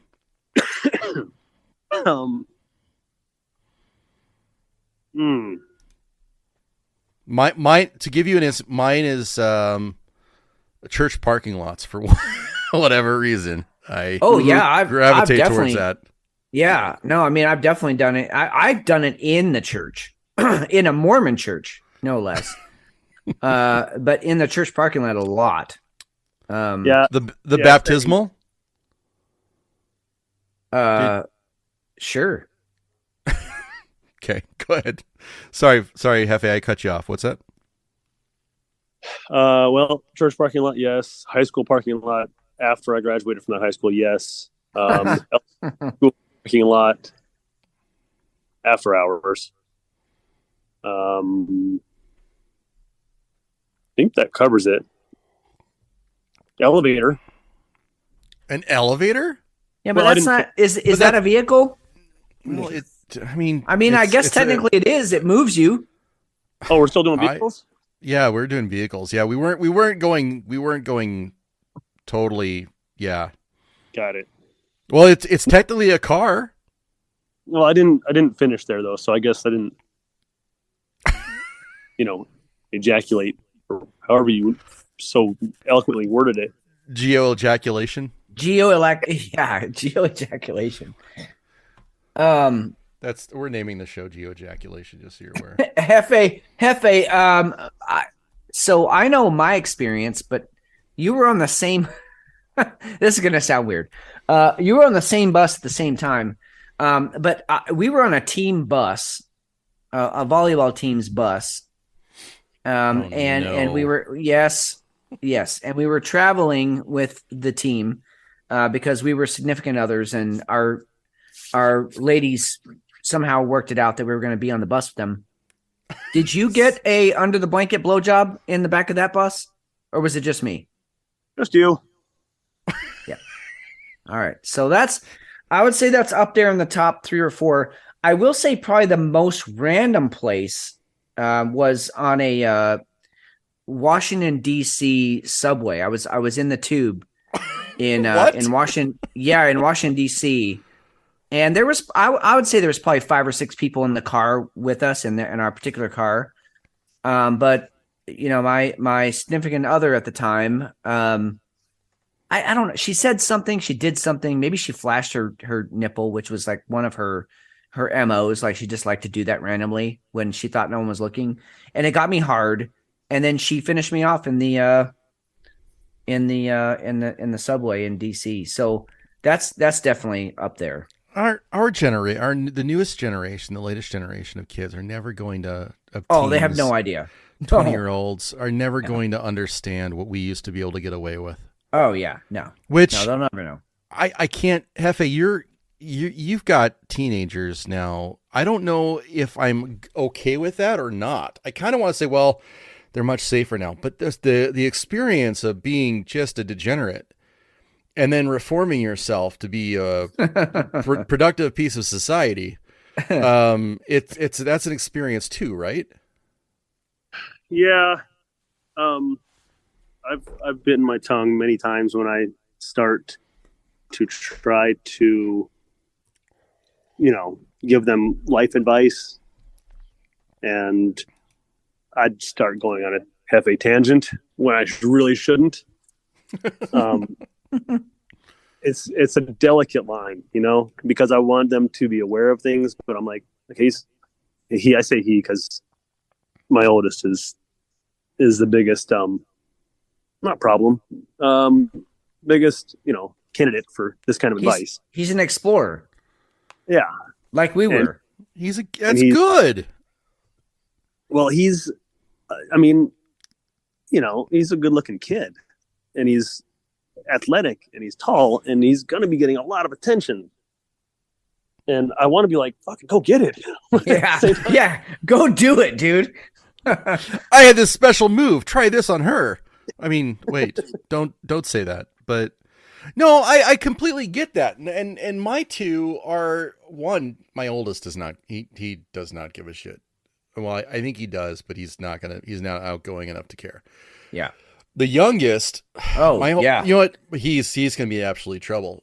He's trouble. He's already trouble, dude. What are you talking about? Oh, he totally is. And Hefe, the thing that I have to tell him is, look, dude, do you be you.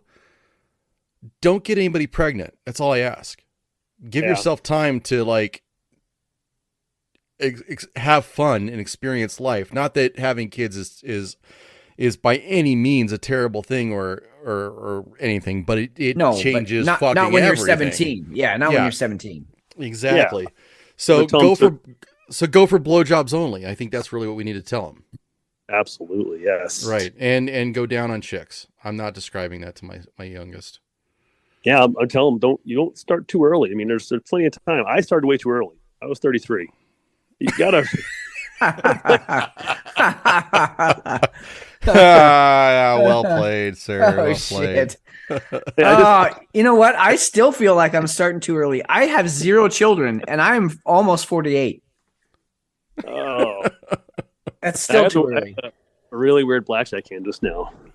Did you? I don't know if I can do this without actually showing you, but I can just tell you, see if you figure this out. So yeah, we have powerful mind's eye. Okay. So I dealt her 2 5s, and I have an ace. Yep. So I offer insurance. I don't have the blackjack. So I say, all right, she's just going to take a hit. So she gets another 5. So she has 15. And I say, let's hit it one more, get another 5. She's okay. She hits it, gets another 5. So she has 20. No way. So no, wait till you hear this. So she stays on 20, obviously. I flip over another ace. So I have 2 aces. Okay. Take a hit, get a 5. So I have a soft 17. Yeah. We hit a hard 17 or a soft 17 here. So I hit it again, another 5. So that's 12. So that's 12. Yeah. What the fuck? Hit again, ace 13. Hit again, ace 14. What? Hit again, 5 19. Oh my God. 7 that 5s and 4 sucks. Aces. She won though. She won. Yeah, she had 20. He only had 19. Oh, she had 20. So yeah. My mind's eye is retarded after 19 cards. 4 aces and 7 5s. That's it was crazy. God. Never seen that. Dude, but that ranks up there with that time at the MGM where you split and split and split and Yes, split and yes. split over and Yeah. over and over again, and you had like what, 350 down on the table, and we're all like, oh my god, my balls were aching watching. Yeah, because we were all making like $5.25 an hour, so that was like a year's salary on the table. That's nuts. So I think you're burying the lead. Was she hot? Nope. No. We're Well, such pigs. I got love us. nowhere to go with that now. Like No. I'm completely deflated, like No. literally and figuratively. How's the night otherwise, Jefe? Yeah. How is the night otherwise? Oh, it's kind of slow so far, but All right. All right. Well, I mean, like, what a letdown, dude. You had last week. You had the PGA and the fucking Super Bowl in town. Yeah. And now it's like it's probably gonna feel like crickets for a few weeks, just because everybody's just left. Yeah. Well, I gotta go. Hey. All right, kid. Have a good All one. right, man. All right. All We'll right, talk see to you later. Later. All right. Jefe's making his exit. Let's go ahead and kick it out to our sponsors. We'll come back and we'll wrap things up.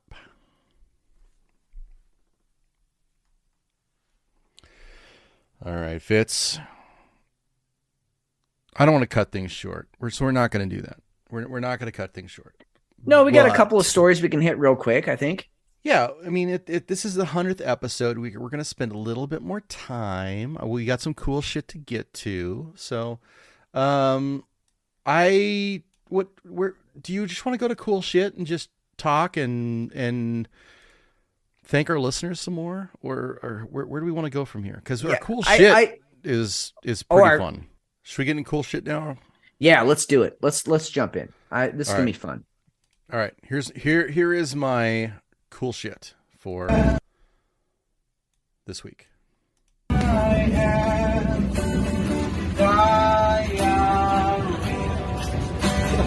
About to shit my pants. It's gonna happen right now. Don't do that. Hold on just 1 minute. Why would you shit in your pants when you can shit in my mouth? Shit in my mouth. You can shit in my mouth. Shit in my mouth. I can shit in your mouth. Shit in my mouth.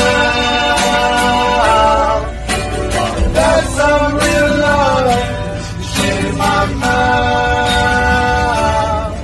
You can shit in my mouth. There's so many beautiful things about that. These are a couple of guys who are on. It's like an MTA. It's like They're on it's like on a a train subway somewhere. somewhere, and they just start belting out the greatest subway Ballad? song ever. Shit ballad. Yeah. My shout out is to at Welsh Meme Lord. For that one. That's how he opened up the morning. I don't even remember what day it was. It was February 16th. But what a beautiful song. And you guys have to see this video because you've got this guy standing in front of the doors of the subway car and he just starts playing. And it's completely, I mean, it's acoustic and it's like street performer-esque. And then this big son of a bitch comes out of nowhere off camera and he just flawlessly starts singing with him. And you've got to assume that it was absolutely, it was totally staged. Yeah. And it was it was just a fantastic song. Now, here's the beautiful part of this. Okay. Besides that had impact 4,853 views, right?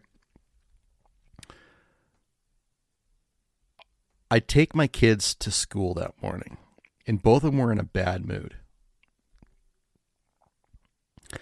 And when I get in my car, everything connects, and I've got the Bluetooth going, and my car is like it's hooked in. So anything that I play on it, it's going to be in 8-speaker stereo, right? It's huge, Right. bigger than fucking life. So I'm like, you guys both need this morning. So I played it for them, and they saw the video, and my oldest he can't stop laughing. My youngest, deadpan, looks at me and goes, "This is how you're sending me off to school?" I can so picture him saying that.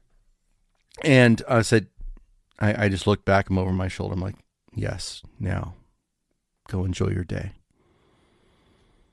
And as he was getting out of the car, shit in my mouth, and that was the day. Oh, that's epic. It's a fantastic little video. It was funny. Oh, it's so terribly good. disgusting, but it was funny as fuck. So, No, and anyway. so let's not bury the lead here. There's this poor woman who's also on yes, on the subway with them, cringing. and I don't know if she's, I don't know. I think she's just in the middle of her own mental breakdown. Somebody's shit in her mouth before. Yeah, someone. Yeah, and then the song starts playing, and she's legit crying. Like doing the hand through the hair thing, covering her face. She's visibly upset, and I don't know if the song triggered it or what. And I'm actually thinking she was just really having a really bad day before this happened, and then this just kind of was the bag of chips that broke the shopping cart kind of thing. Oh, but I didn't even notice that. She's upset. Look at this. She's upset already, and then. And he comes in saying, "Well, you can shit in my mouth." And she's wiping tears. She's doing the forehead and thing. It's she is not upset. a laughing thing at all. No, she's not laughing no. at all. No. So now I feel terrible. But then you've got these other girls in the back. They're like, Oh, yeah. that's yeah. really, really funny. This I've is been amazing. there.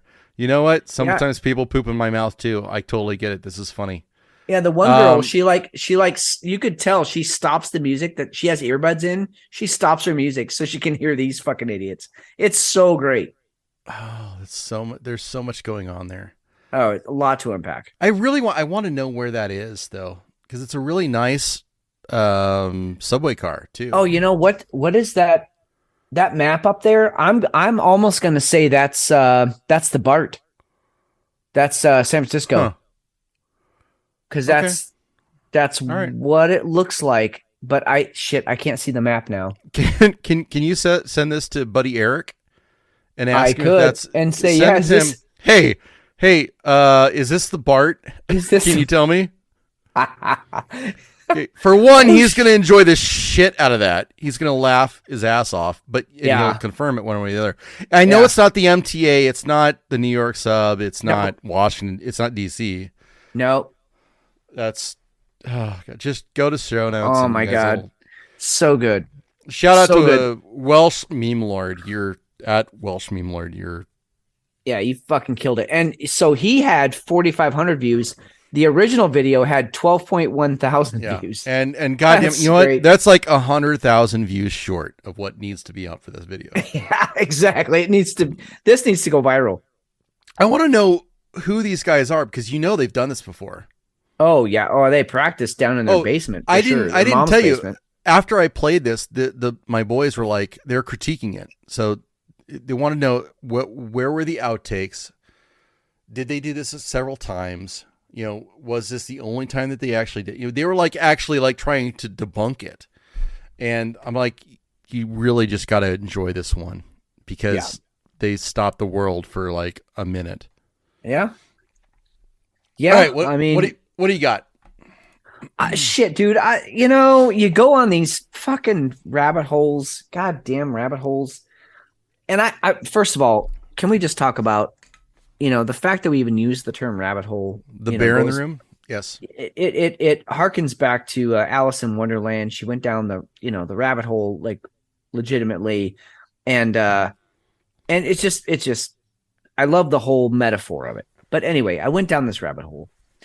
So somebody on a podcast, not even a podcast, it was a TikTok of a podcast, mentioned this fact that there was such thing as a war bear. And he had a name. His name was Wojtek. Wojtek. Yeah. Wojtek. There we go. That's very Russian. And he's a real bear. This girl found him as a cub. She rescued him. Hunters had killed his parents. And she found this cub, and she couldn't take care of him anymore, so she donated him to the Russian army. And they adopted him. I forget which company this was. It's somewhere here. But it looks like he accompanied the bulk of the 22nd Artillery. Okay, yeah. 22nd Artillery Supply Company in Italy. In Italy, 1944. right? Yep. Okay. And he was actually part of the Polish. So the Poles were in Russia. And got this Russian bear. He's a big brown bear. I mean, we would call him a grizzly, but he's just a big brown bear. Right. And they raised him, and there's stories of him being, his throat was all fucked up for some reason. So they had to feed him out of an old vodka bottle that they put milk in. And that's how they fed him. Anyway, this bear ended up actually serving. He became a private, and then he ended his career as a corporal. And there was a very famous battle in which he was actually seen grabbing huge artillery crates. And he was a kind of a parrot. Like, he would see the men doing things, and then he would just do what they were doing. Like, he thought that's what you do. So he's lifting these 200-pound crates of munitions and walking them across the battlefield and then delivering them to where they needed to be. Now, these crates had to be picked up by 4 men. But he was doing them by himself and over. And there's several accounts from British soldiers, Iranian soldiers, of seeing this bear over and over, going back and getting more artillery and picking it up and just dragging it and fucking arming these guys. So he was an actual serviceman. He had his own pay. He had his own uniform. They even adopted a patch for the 22nd Artillery. And it was this picture on the patch is this picture of this bear carrying a giant munition. But he, after the war, he was donated to a zoo, I think in Zurich. Edinburgh. Oh, Edinburgh in Scotland. Scotland. Yeah. And he lived out the rest of his life there. And a lot of the old Polish soldiers would come see him and throw him cigarettes because he loved to eat the cigarettes. Oh, so he would throw him cigarettes, and he loved. They would speak to him in Polish, and he immediately recognized, guys from his own company. But he actually was an actual paid serviceman, and lived a great life. And when he died, he was 1,100 pounds and was 5'11" at the shoulder. That's not standing, upright on his back legs. That's just standing on all fours. He was 5'11", which is taller than me, which is bullshit. Okay, that's like almost taller. Yeah, that's like your big size, but on his all fours. Anyway, he is just a fucking badass. Never mauled anybody. He just thought he was part of the crew. Just a fucking cool dude. Yeah, just a cool dude that happened to be a bear. And So- I went down this rabbit hole, and I'm like, this has to be on the show. We have to talk about Private Wojtek. No, this might be the coolest thing we've ever had in cool shit. So he died in December of 1963. He was actually aged 21. Wow. So he lived a fantastic, well, I'm not going to say he lived a fantastic, he lived a long life for that. And we cannot bury one of the leads here is that he fought for Poland. Right. This sounds like a total Poland thing to do. Oh, totally. Hey, the bear will get the ammo. It's Yeah, fine. you go grab the munitions. And shout out to Jefe, who is a Polak, by genetics and family. This is one of your kin, dude. And you know what's really cool? What I really found heartening about this article, and the more I researched, there are several statues erected of him in Eastern Europe. Did you see the trust that was erected?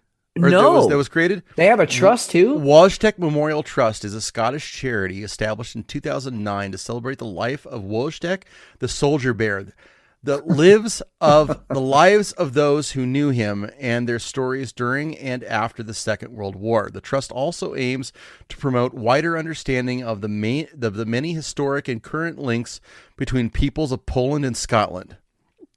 Wow. This is fucking rad. It's so amazing. I had no idea. I do know that he also, in one of the stories that I was reading, it might have been actually in this Wikipedia article, but in one of the stories I was reading, they had a barracks, obviously, for all the soldiers.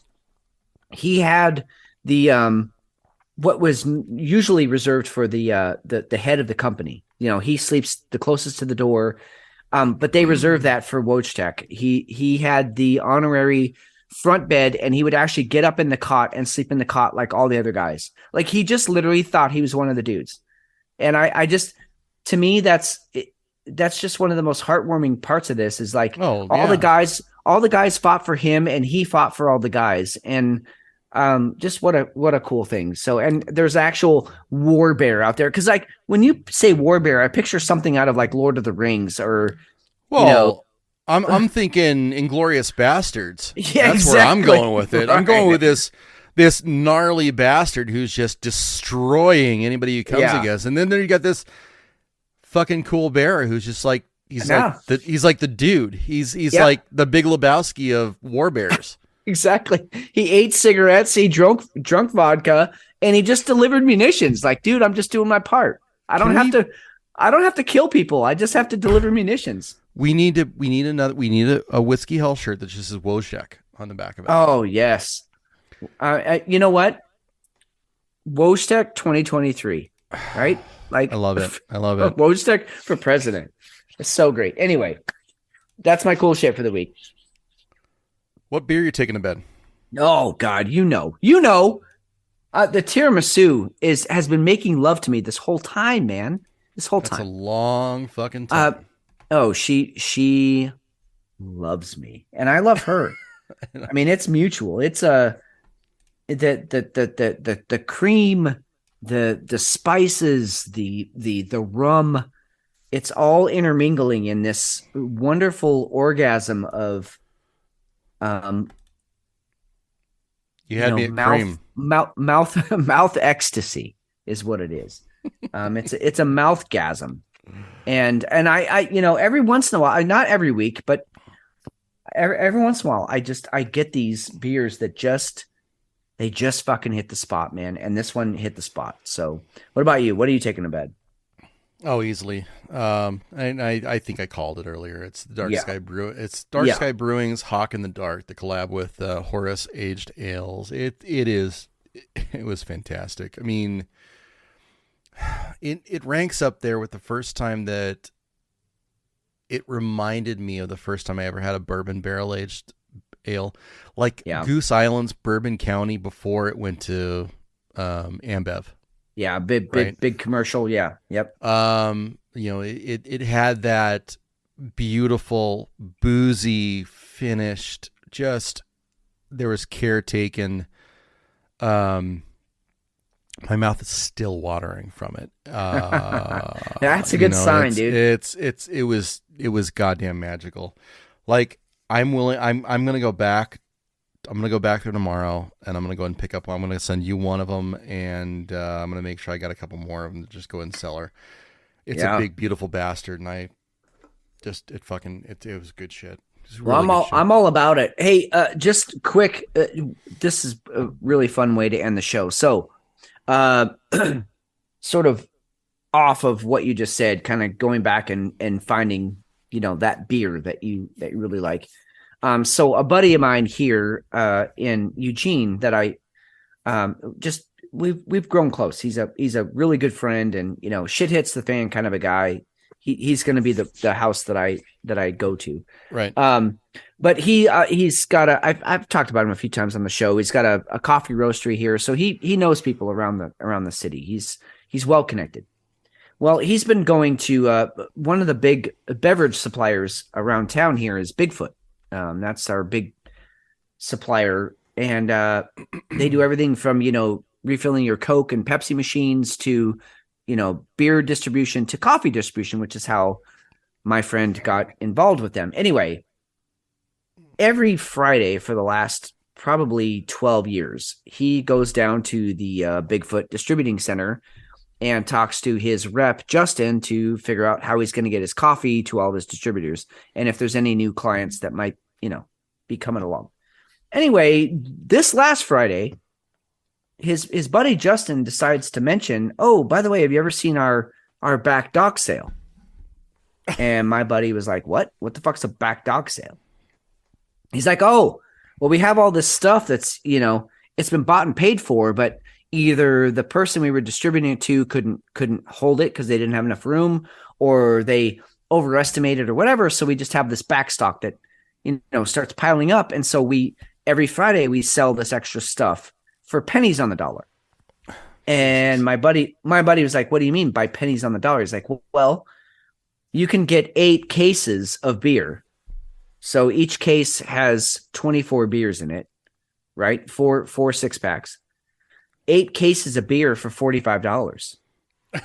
And my buddy was like, what do you like? What kind of beers? Like shitty stuff that nobody wants? He's like, no, everything. I mean, just everything. Just go look, go check it out. So my buddy goes and checks it out, and he's like, all right, I'm going to do it. So for $45, he buys all this fucking beer. And then he's not a beer drinker, so he just gives it to me. He's like, here, hey, I think I owed you from a thing that time. So here, just take this. So I have 8 cases of beer. Yeah, that one thing that time. He's like, here, I owe you. So here, boom. So all of a sudden I have all this beer, and I mean, it ranges. I kind of was texting you yesterday, but it ranges from everything from like really kind of small batch microbrew stuff that, say, Oakshire Brewing is only doing once. I mean, it's a one-off, all the way to kind of, you know, local breweries that, you know, have this staple like Comatose. Comatose IPA is a big one around here. So I have a few 6-packs of that, but it was mix and match. Whatever you could do, you fill up these 3 flats of beer, and it's $45. Dude, so the reason I'm saying this on the show is that not only am I going to be going and doing this every fucking Friday until I can't store any more beer, but you should all be locally checking out your local distributors, not the brewers, the distributors. Who distributes your stuff? They have extra stuff every week that they can't get rid of. And it's a burden for them to have to keep it refrigerated, keep it whatever. They want to get rid of it. And they're going to get rid of it on pennies on the dollar. And here's what's crazy is here in Oregon, we get 10 cents per can or bottle in recycling. So with all of that beer, I'm probably going to make back $25 on the $45 investment. So for $20, my friend just gave it to me, but when I go next week, it's going to be $45, but I'll get 25 of that back just from recycling. It's nuts. It's crazy. So go check out your local distributors, the people who take the brewer's beer to the stores. Go check them out and see if they don't have the same kind of thing going on. Cause I'm gonna gamble and say that they probably do. And I don't think I will ever shop for beer the same again. That's fantastic. It's unbelievable. Well, so anyway, I had to mention that. Now you're just now you're hunting. You're just hunting for one-offs and rares. Exactly. Well, and so here's the kicker of it is my buddy was like, well, I'm just gonna stick to cans because that makes it easier. There were bottles. But he said they had bottles and bottles and bottles. He said I didn't even know what I was looking at. He doesn't know beer like I know beer. He's like, I didn't even know what I was looking at, so I just grabbed, and he still got some one-offs. So I can't wait to go down there next week and find what I can find. I'm Venmoing you, and next week's on me. Okay. All right. Fair enough. That's oh, it's incredible. Your garage is going to be nothing but just beer, kung fu stuff and beer. That's yeah. Oh, I love it. Especially this time of year when it's cold. Yeah. You're just going to, just go work out, scrap, and then, hey, grab yourself a beer on your way out. I love it, dude. I love it. Okay, let's do it. I'm in. All right, let's wrap shit up tonight. All right.